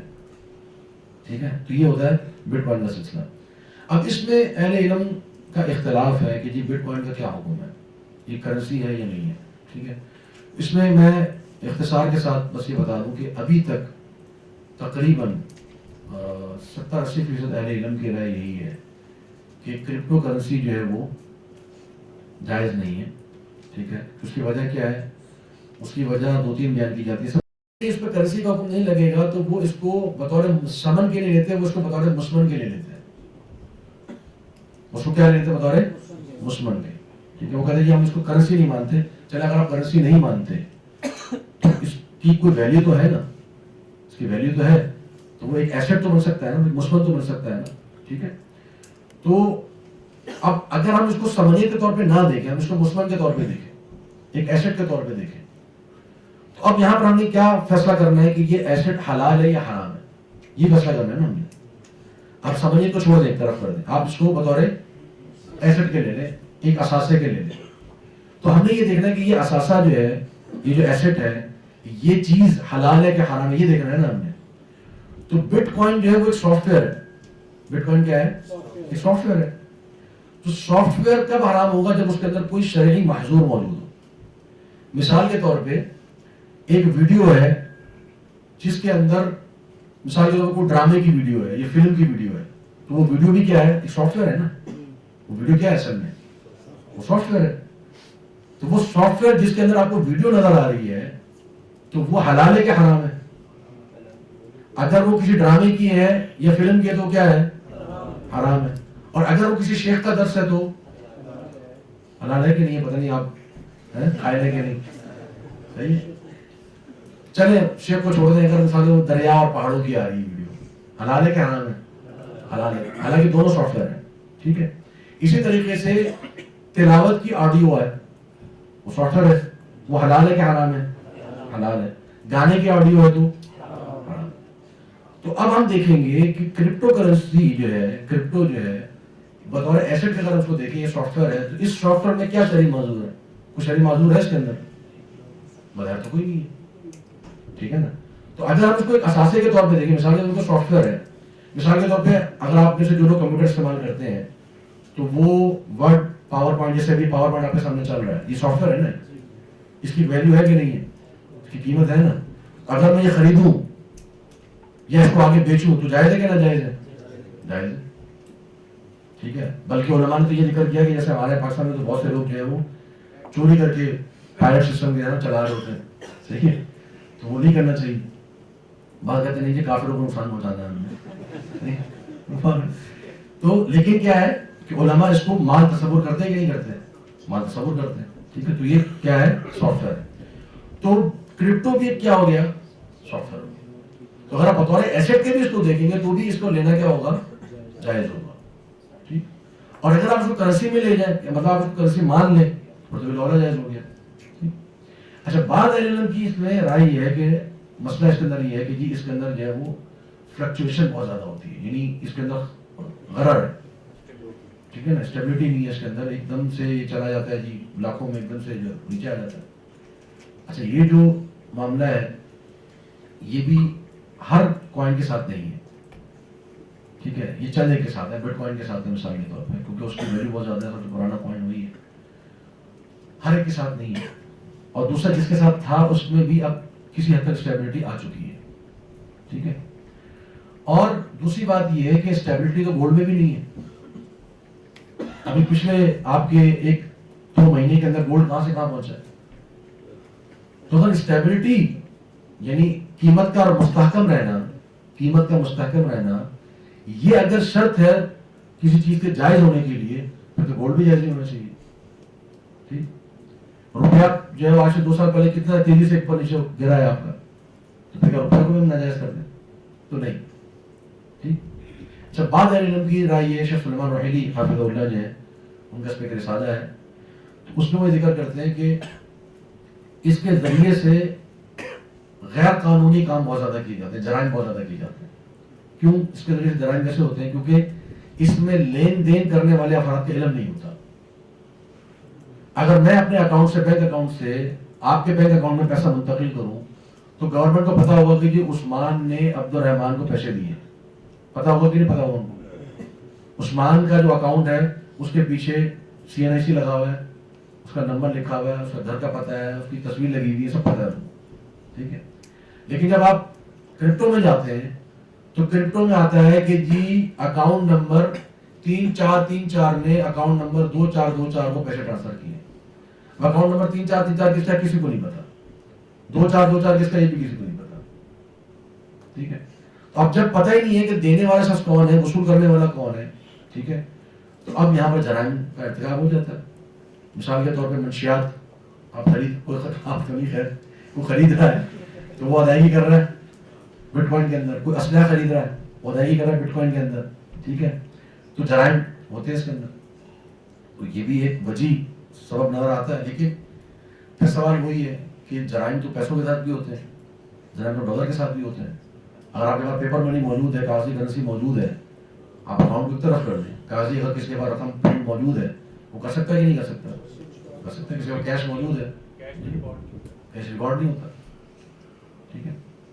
تو آپ نے کر دیے, تو اس میں پھر کیا کریں گے؟ تو یعنی کہنے کا مقصد یہ ہے کہ میں نے جو اس پر جو اپنی میری تحقیق رہی ہے تو مجھے کوئی قوی دلیل نہیں مل سکی. میں بات پوری کر لوں. مجھے کوئی قوی دلیل نہیں مل سکی کہ جس کی بنیاد پر میں یہ فیصلہ کر سکوں کہ بٹ کوائن یا کرپٹو کرنسی جو ہے اس کو خریدنا. ابھی ہم ٹریڈنگ کی بات نہیں کر رہے, اس کے ذریعے سے کاروبار کرنے کی بات نہیں کر رہے, ابھی ہم صرف کرپٹو کرنسی کو خریدنے کی اور اپنے پاس رکھنے کی بات کر رہے ہیں جی, ایز این ایسٹ یا ایز اے کرنسی. تو مجھے اس کے اندر واللہ عالم کوئی شرعی محظور, کوئی شرعی قواعد نظر نہیں آئی ہے. جو بتائی جاتی ہے قواعد سے وہ میں نے آپ کے سامنے ذکر کر دی ہے, ٹھیک ہے. اس کے اندر جو معاملات آپ کے سامنے. اب ایک اور بات آخری میں ذکر کر دوں کہ کرپٹو کرنسی اب بطور ریاست اس کو اپنا رہی ہے, ٹھیک. پاکستان کے اندر باقاعدہ جو ہے وہ کرپٹو کونسل بنا دی گئی ہے, ٹھیک ہے. اس کو کہتے ہیں PCC, پاکستان کرپٹو کونسل, اس کو بنایا جاتا ہے. اور اس کے جو ہے وہ ثاقب صاحب ایک بہت معروف شخصیت ہیں, وہ اس کے ہیڈ بنا دیے گئے ہیں اور وہ پوری دنیا کے اندر بھی وہ کام کر رہے ہیں. اور ان قریب پاکستان جو ہے وہ کرپٹو کرنسی کو لیگل کرنے جا رہا ہے, ٹھیک ہے. اچھا, پاکستان کے اندر کرپٹو کرنسی انلیگل ہے, لیکن کس معنی میں, لوگ اس کو پورا بیان نہیں کرتے. آن لائن اگر آپ کام کر رہے ہیں تو پاکستان کی کوئی ریاست آپ کو گرفتار نہیں کرے گی. لیکن اگر آپ اپنی دکان پہ یہ کہہ دیں کہ جی میں اپنی ادائیگی کرپٹو میں کروں گا تو پاکستان ریاست آ جائے گی. اگر آپ آن لائن کر رہے ہیں, جیسے آن لائن آپ بائننس چل رہا ہے, آپ کے پاس فوریکس چل رہا ہے, ٹھیک ہے نا, کبھی پاکستان کی گورنمنٹ نے اس پہ کوئی قدغن نہیں لگائی, کوئی پابندی نہیں لگائی. تو جہاں الاؤ کیا ہوا ہے وہاں پر تو الاؤ موجود ہے. اور اب تو باقاعدہ اس کو نچلی سطح تک گراؤنڈ لیول پہ لا کے اس کو نافذ کیا جانے لگا ہے. بٹ کوائن کو عنقریب, کرپٹو کو عنقریب کر دیں گے. بلکہ PCC کا کہنا یہ ہے کہ اب پاکستان جو ہے اپنے زر مبادلہ کی ایک بڑی, یعنی جو فارن کرنسی جو آج ہمارے پاس ڈالر میں موجود ہوتی ہے, تو اس کی ایک بڑی مقدار جو ہے وہ ہم اس کو کرپٹو کے اندر کنورٹ کرنے لگے, ٹھیک ہے. تو آگے چل کے جو فیوچر کرنسی ہے میرے بھائی وہ کرپٹو کرنسی ہے. کیوں؟ جو بینکنگ سسٹم جو ہے وہ فلاپ کر رہا ہے, بینکنگ سسٹم جو ہے ختم ہو رہا ہے, اور اب آگے چل کے انہوں نے ڈیجیٹل کرنسی کر دی ہے, اور اس کو بنانے والے بھی پیچھے یہودی ہی ہیں. جیسا کہ پیپر کرنسی کو بنانے والے کون تھے, یہودی تھے, ٹھیک ہے. بٹ کوائن کو بنانے والے کا آج تک پتہ ہی نہیں کون ہے, کسی جاپانی کا نام نہیں جاتا, فلانا پتہ نہیں کیا اس کا نام ہے, عجیب سا. تو اب وہ پتہ ہی نہیں شخصیت کون ہے, کہاں رہتا تھا, کیا کرتا تھا, کہاں کا تھا, کچھ پتہ نہیں, ٹھیک ہے. اسی لیے میرا سوال تھا کہ وہ اس کو کہتے ہیں کہ پیرامڈ اسکیم کی طرح ایک شخص نے بنا دیا اور پھر وہ جب تک لوگ اس کو پیرامڈ اسکیم بالکل مختلف ہے. پیرامڈ اسکیم بالکل مختلف ہوتی ہے, اس کا اس سے کوئی تعلق نہیں, کوئی دور کا تعلق نہیں ہے. پیرامڈ اسکیم جو ہے وہ حرام ہوتی ہے غرر کی وجہ سے, ٹھیک ہے. غرر پر بھی بحث ہم کریں گے آگے چل کے, اس میں اس طرح میں ذکر بھی کر دوں گا. اس کا پیرامڈ اسکیم سے کوئی تعلق نہیں ہے, نہیں کوئی تعلق نہیں اس پیرامڈ اسکیم سے. اب ہم بات کرتے ہیں ٹریڈنگ کے اوپر, ٹھیک ہے. کرپٹو کرنسی میں آپ کو بتا رہا ہوں کہ میری نظر میں درست ہے, فرض نہیں ہے.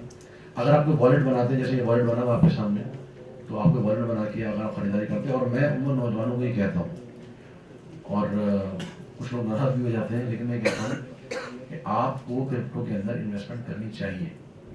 آگے چل کے یہ کرنسی آنے والی ہے, یہ بات دیواروں پہ لکھی نظر آ رہی ہے, ٹھیک ہے. اس میں کوئی دو رائے نہیں ہے. چائنا اپنی ڈیجیٹل کرپٹو کرنسی لانچ کر چکا ہے, پوری دنیا کے اندر جو ادائیگیاں ہو رہی ہیں اس کی کرپٹو کرنسی کے تھرو ہو رہی ہے, ٹھیک ہے. ایک سسٹم ہوتا ہے سوئفٹ سسٹم ہوتا ہے, بینکنگ سسٹم کے اندر چلتا ہے وہ, جس کے ذریعے سے انٹرنیشنل ادائیگیاں ہوتی ہیں. چائنا نے اپنا سسٹم بنا دیا ہے کرپٹو کا, ٹھیک ہے. تو لہٰذا یہ سسٹم سارے آنے والے ہیں. والٹ میں ہم وہ اپنا اکاؤنٹ کھولتے ہیں تو والٹ والے کے پاس سارا پاور بھی چلا جاتا ہے کہ وہ ہمارا اکاؤنٹ جو ہے بیچ میں سے ڈیلیٹ کر دے. پاور تو ابھی آپ کے سارے روپے کا IMF کے پاس ہے, کیا کریں گے. پاور کی بات نہیں ہے نا, بات یہ ہے کہ روپیہ آپ کا جو ہے وہ اس کی ویلیو آپ کے پاس ہے نہیں ہے. کل کو دنیا نے گرا دی ویلیو, آپ کیا کر لیں گے, کچھ نہیں کر سکتے. ہمارے روپے کی تو اتنی حیثیت نہیں ہے کہ ہم وہ روپیہ جا کے مکہ مدینہ میں استعمال کر لیں, کر سکتے ہیں روپیہ استعمال, ختم ہوگی بات. تو بات یہ نہیں ہے, کنٹرول تو ہے ان کا, آگے بھی رہے گا, یہ چیز ذہن میں رکھیں. ہاں یہ ہے کہ تھوڑا سا کہ کرپٹو کرنسی کے اندر تھوڑا سا کنٹرول ان کا کم ہوا ہے, کیونکہ اس میں بہت سارے لوگ انوالو ہو چکے ہیں, ٹھیک ہے نا. اور یہ اب بڑے بڑے بینکرز کے ہاتھ سے نکل کے اب لوگوں کے پاس پہنچ رہی ہے. نوٹس جس کو ہم کہتے ہیں, جو مائننگ کر رہے ہیں لوگ, تو بڑے بڑے لوگ اس پہ کر رہے ہیں. تو اتھارٹی لینے کے لیے, پاور لینے کے لیے میں یہ بات آپ سے کر رہا ہوں کہ جب آپ اس میں پہل کریں گے اور آپ آگے بڑھیں گے, جب کہ آپ کے پاس یہاں پہ مجال موجود ہے, گنجائش موجود ہے, تو پھر آپ کو پہل کر لینی چاہیے. کوئی اگر ایسی شرعی قواعد اس میں ہوتی جو واضح طور پہ حرام ہوتی، میرے علم میں نہیں، اگر آپ کے علم میں تو آپ ضرور بتائیں، اگر ہوتی تو میں یقیناً کہتا کہ یہ چیز حرام ہے، آپ کو نہیں جانا چاہیے اس میں، لیکن کوئی قواعد مجھے اس میں نظر نہیں آیا واضح طور پہ، اور اس کے بدلے میں ایک بہت بڑے مقاصد ہیں انسان کے، فوائد ہیں جو کہ انسان چھوڑ رہا ہے. اور آج میں آپ کو بتا دوں کہ پاکستان، صرف پاکستان کے اندر کرپٹو کرنسی کے اندر، یہ تقریباً میرا خیال 6-8 مہینے پہلے کی بات ہے، اس کے بعد میں نے نہیں دیکھا اس کو، 21 ارب ڈالر پاکستانیوں نے کرپٹو میں انویسٹ کیا ہے. یہ آج سے تقریباً 6-8 مہینے پہلے کی بات ہے. تو لوگ کر رہے ہیں انویسٹمنٹ کے اندر، ٹھیک ہے. تو ہمیں اس چیز کے بارے میں ذہن میں رکھنا چاہیے. ہاں، ٹریڈنگ کا جو مسئلہ ہے نا، اس کو ہمیں ذہن میں رکھنا چاہیے. ابھی جیسے بائنانس، یہ ایک ایپ ہے، بائنانس ایک پلیٹ فارم ہے، ایک ایپ ہے جہاں پر آپ مختلف کرنسیاں خریدتے ہیں اور بیچتے ہیں، ٹھیک ہے. اس کو کہتے ہیں ٹریڈنگ کرنا، کاروبار کرنا، تجارت کرنا، کرنسیز کی جو ٹریڈنگ ہوتی ہے، ٹھیک ہے. تو ٹریڈنگ جو ہوتی ہے وہ کئی طرح کی ٹریڈنگ آ گئی ہے، لیکن بنیادی طور پہ 4 ٹریڈنگ ہوتی ہیں. ایک جس کو کہتے ہیں اسپاٹ ٹریڈنگ، ٹھیک ہے. ایک ہم جس کو کہتے ہیں فیوچرز، ایک ہم کہتے ہیں P2P، پرسنل ٹو پرسن، اور ایک ہوتی ہے مارجن ٹریڈنگ. مارجن ٹریڈنگ اور فیوچر ٹریڈنگ تقریباً قریب ہی ہوتی ہے. تو اسپاٹ ٹریڈنگ یہ ہوتی ہے کہ آپ نے، میرے پاس بٹ کوائن ہے مثال کے طور پر، وہ تھا $10,000 کا، اب اس کی رقم بڑھ گئی $12,000 کی. ابھی میں مارکیٹ کی پرائس دیکھ رہا ہوں کہ $12,000 کی مارکیٹ پرائس چل رہی ہے. میں کہتا ہوں میں نے 10,000 کا خریدا تو چلو $2,000 فائدہ اور بیچ دیتا ہوں اس کو. صحیح. یہ ایسے ہی ہے کہ جیسے آج آپ کو پتا ہے کہ بھی ڈالر مثال کے طور پر بڑھنے والا ہے، آپ نے ڈالر خرید کر رکھ لیا. ابھی آج کل ایک سوال آ رہا ہے کہ ایرانی کرنسی بڑھ رہی ہے، پتہ نہیں کس کے بعد آپ کا سوال آیا ہو کسی میں کہ یہ ایرانی کرنسی بڑھنے لگی تو کرنسی خرید سکتے ہیں کہ نہیں خرید سکتے؟ خرید سکتے ہیں کہ نہیں خرید سکتے؟ خریدنی چاہیے کہ نہیں خریدنی چاہیے؟ حلال نہیں، حلال. تو مجھے کہہ رہے ہیں ایرانی کرنسی خرید نہیں سکتے، یہ تو بڑا مسئلہ ہے. تو میں نے کہا جو ڈالر خرید رہے وہ ڈالر تو ہے ہی، وہ سارے یہودی عیسائی پیچھے بیٹھے ہوئے. تو بہرحال یہ ایسے ہی ہے جیسے آپ کوئی کرنسی خرید رہے بیچ رہے ہیں، اسی طریقے سے اسپاٹ ٹریڈنگ ہوتی ہے آن لائن کے اوپر، ٹھیک ہے.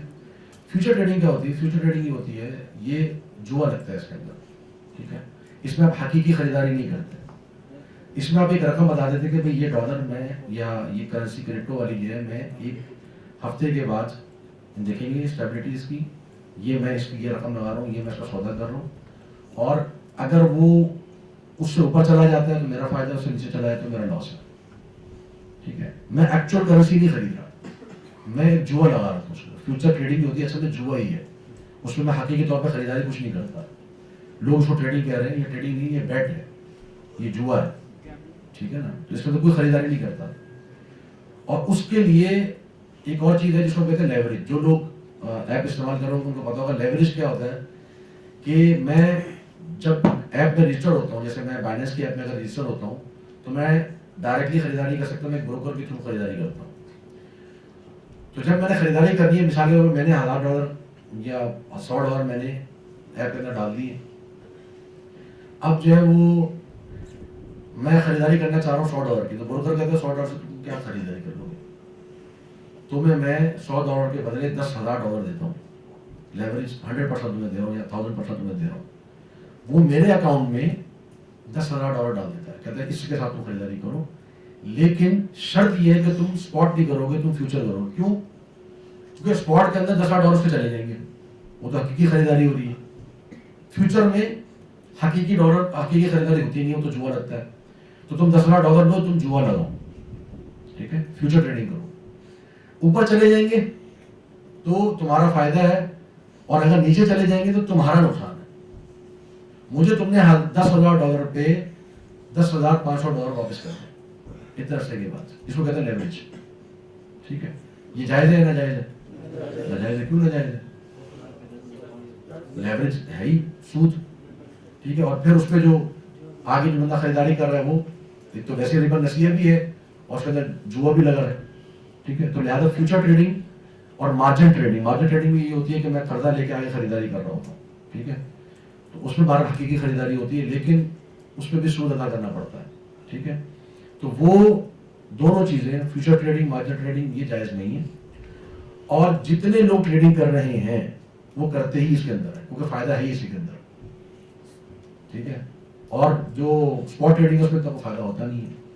تو جتنے نوجوان آپ کے پاس آئیں یا اگر آپ کو پتا ہو تو ان کو آپ بتائیں کہ جی یہ جو آپ ٹریڈنگ کر رہے ہیں اس سے اسپاٹ ٹریڈنگ آپ کریں گے، اس کے علاوہ آپ کے لیے جائز نہیں صحیح طور پر کرنا. جی پی ٹو پی تو اسپاٹ ٹریڈنگ کی طرح ہی ہو گیا، لیکن اس کے اندر آپ پرسنلی آپ کسی بندے سے بات کرتے ہیں، مارکیٹ سے بات نہیں کرتے ہیں، اس میں تو کوئی حرج نہیں ہے. تو spot trading, future trading, margin trading, future trading اور مارجن ٹریڈنگ نہیں کر سکتے، یہ جائز نہیں ہے. جتنے لوگ کرتے ہیں اسی کے اندر کرتے ہیں، وہ فائدہ جو ہے اسی کے اندر ہی لگ رہا ہوتا ہے سارا، ٹھیک ہے. اور میں نوجوانوں کی نصیحت کرتا ہوں کہ جی آپ لیں اگر تو والیٹ بنا لیں، کرپٹو کرنسی رکھ لیں، ٹریڈنگ نہ کریں.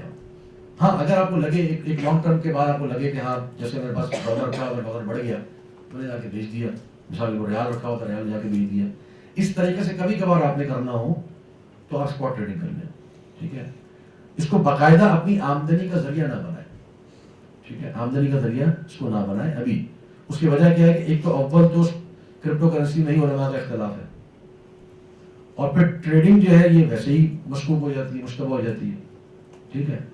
اب ہم چلے جائیں گے اسی حدیث کی طرف کہ الحلال بین والحرام بین وبینہما مشبہات، ٹھیک ہے. تو لہٰذا ہمیں اس چیز سے اپنے آپ کو بچانا چاہیے. لیکوڈیٹی کیا ہے اس میں؟ لیکوڈیٹی کیا ہوتی ہے؟ لیکوڈیٹی اس میں کیا ہوتی ہے ٹریڈنگ میں؟ لیکوڈیٹی کیا ہوتی ہے اس میں؟ سمجھا نہیں آپ کی بات.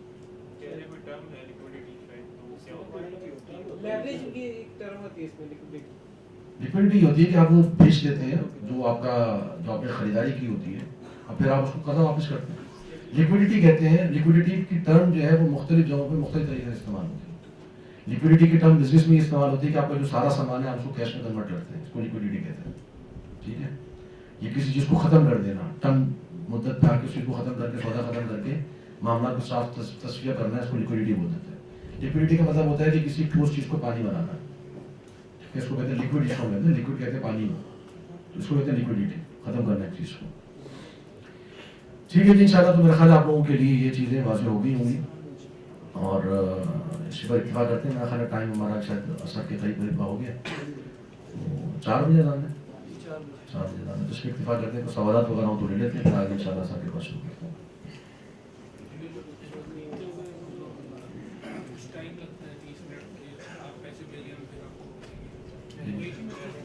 وہ مجلس وہی چل رہی ہوتی ہے، وہ تو ایسے ہی کہ جیسے میں نے دیا، میں کاؤنٹر پہ کھڑا ہوں، جا کے اندر سے پیسے لے کر آ، مجلس ختم نہ ہو.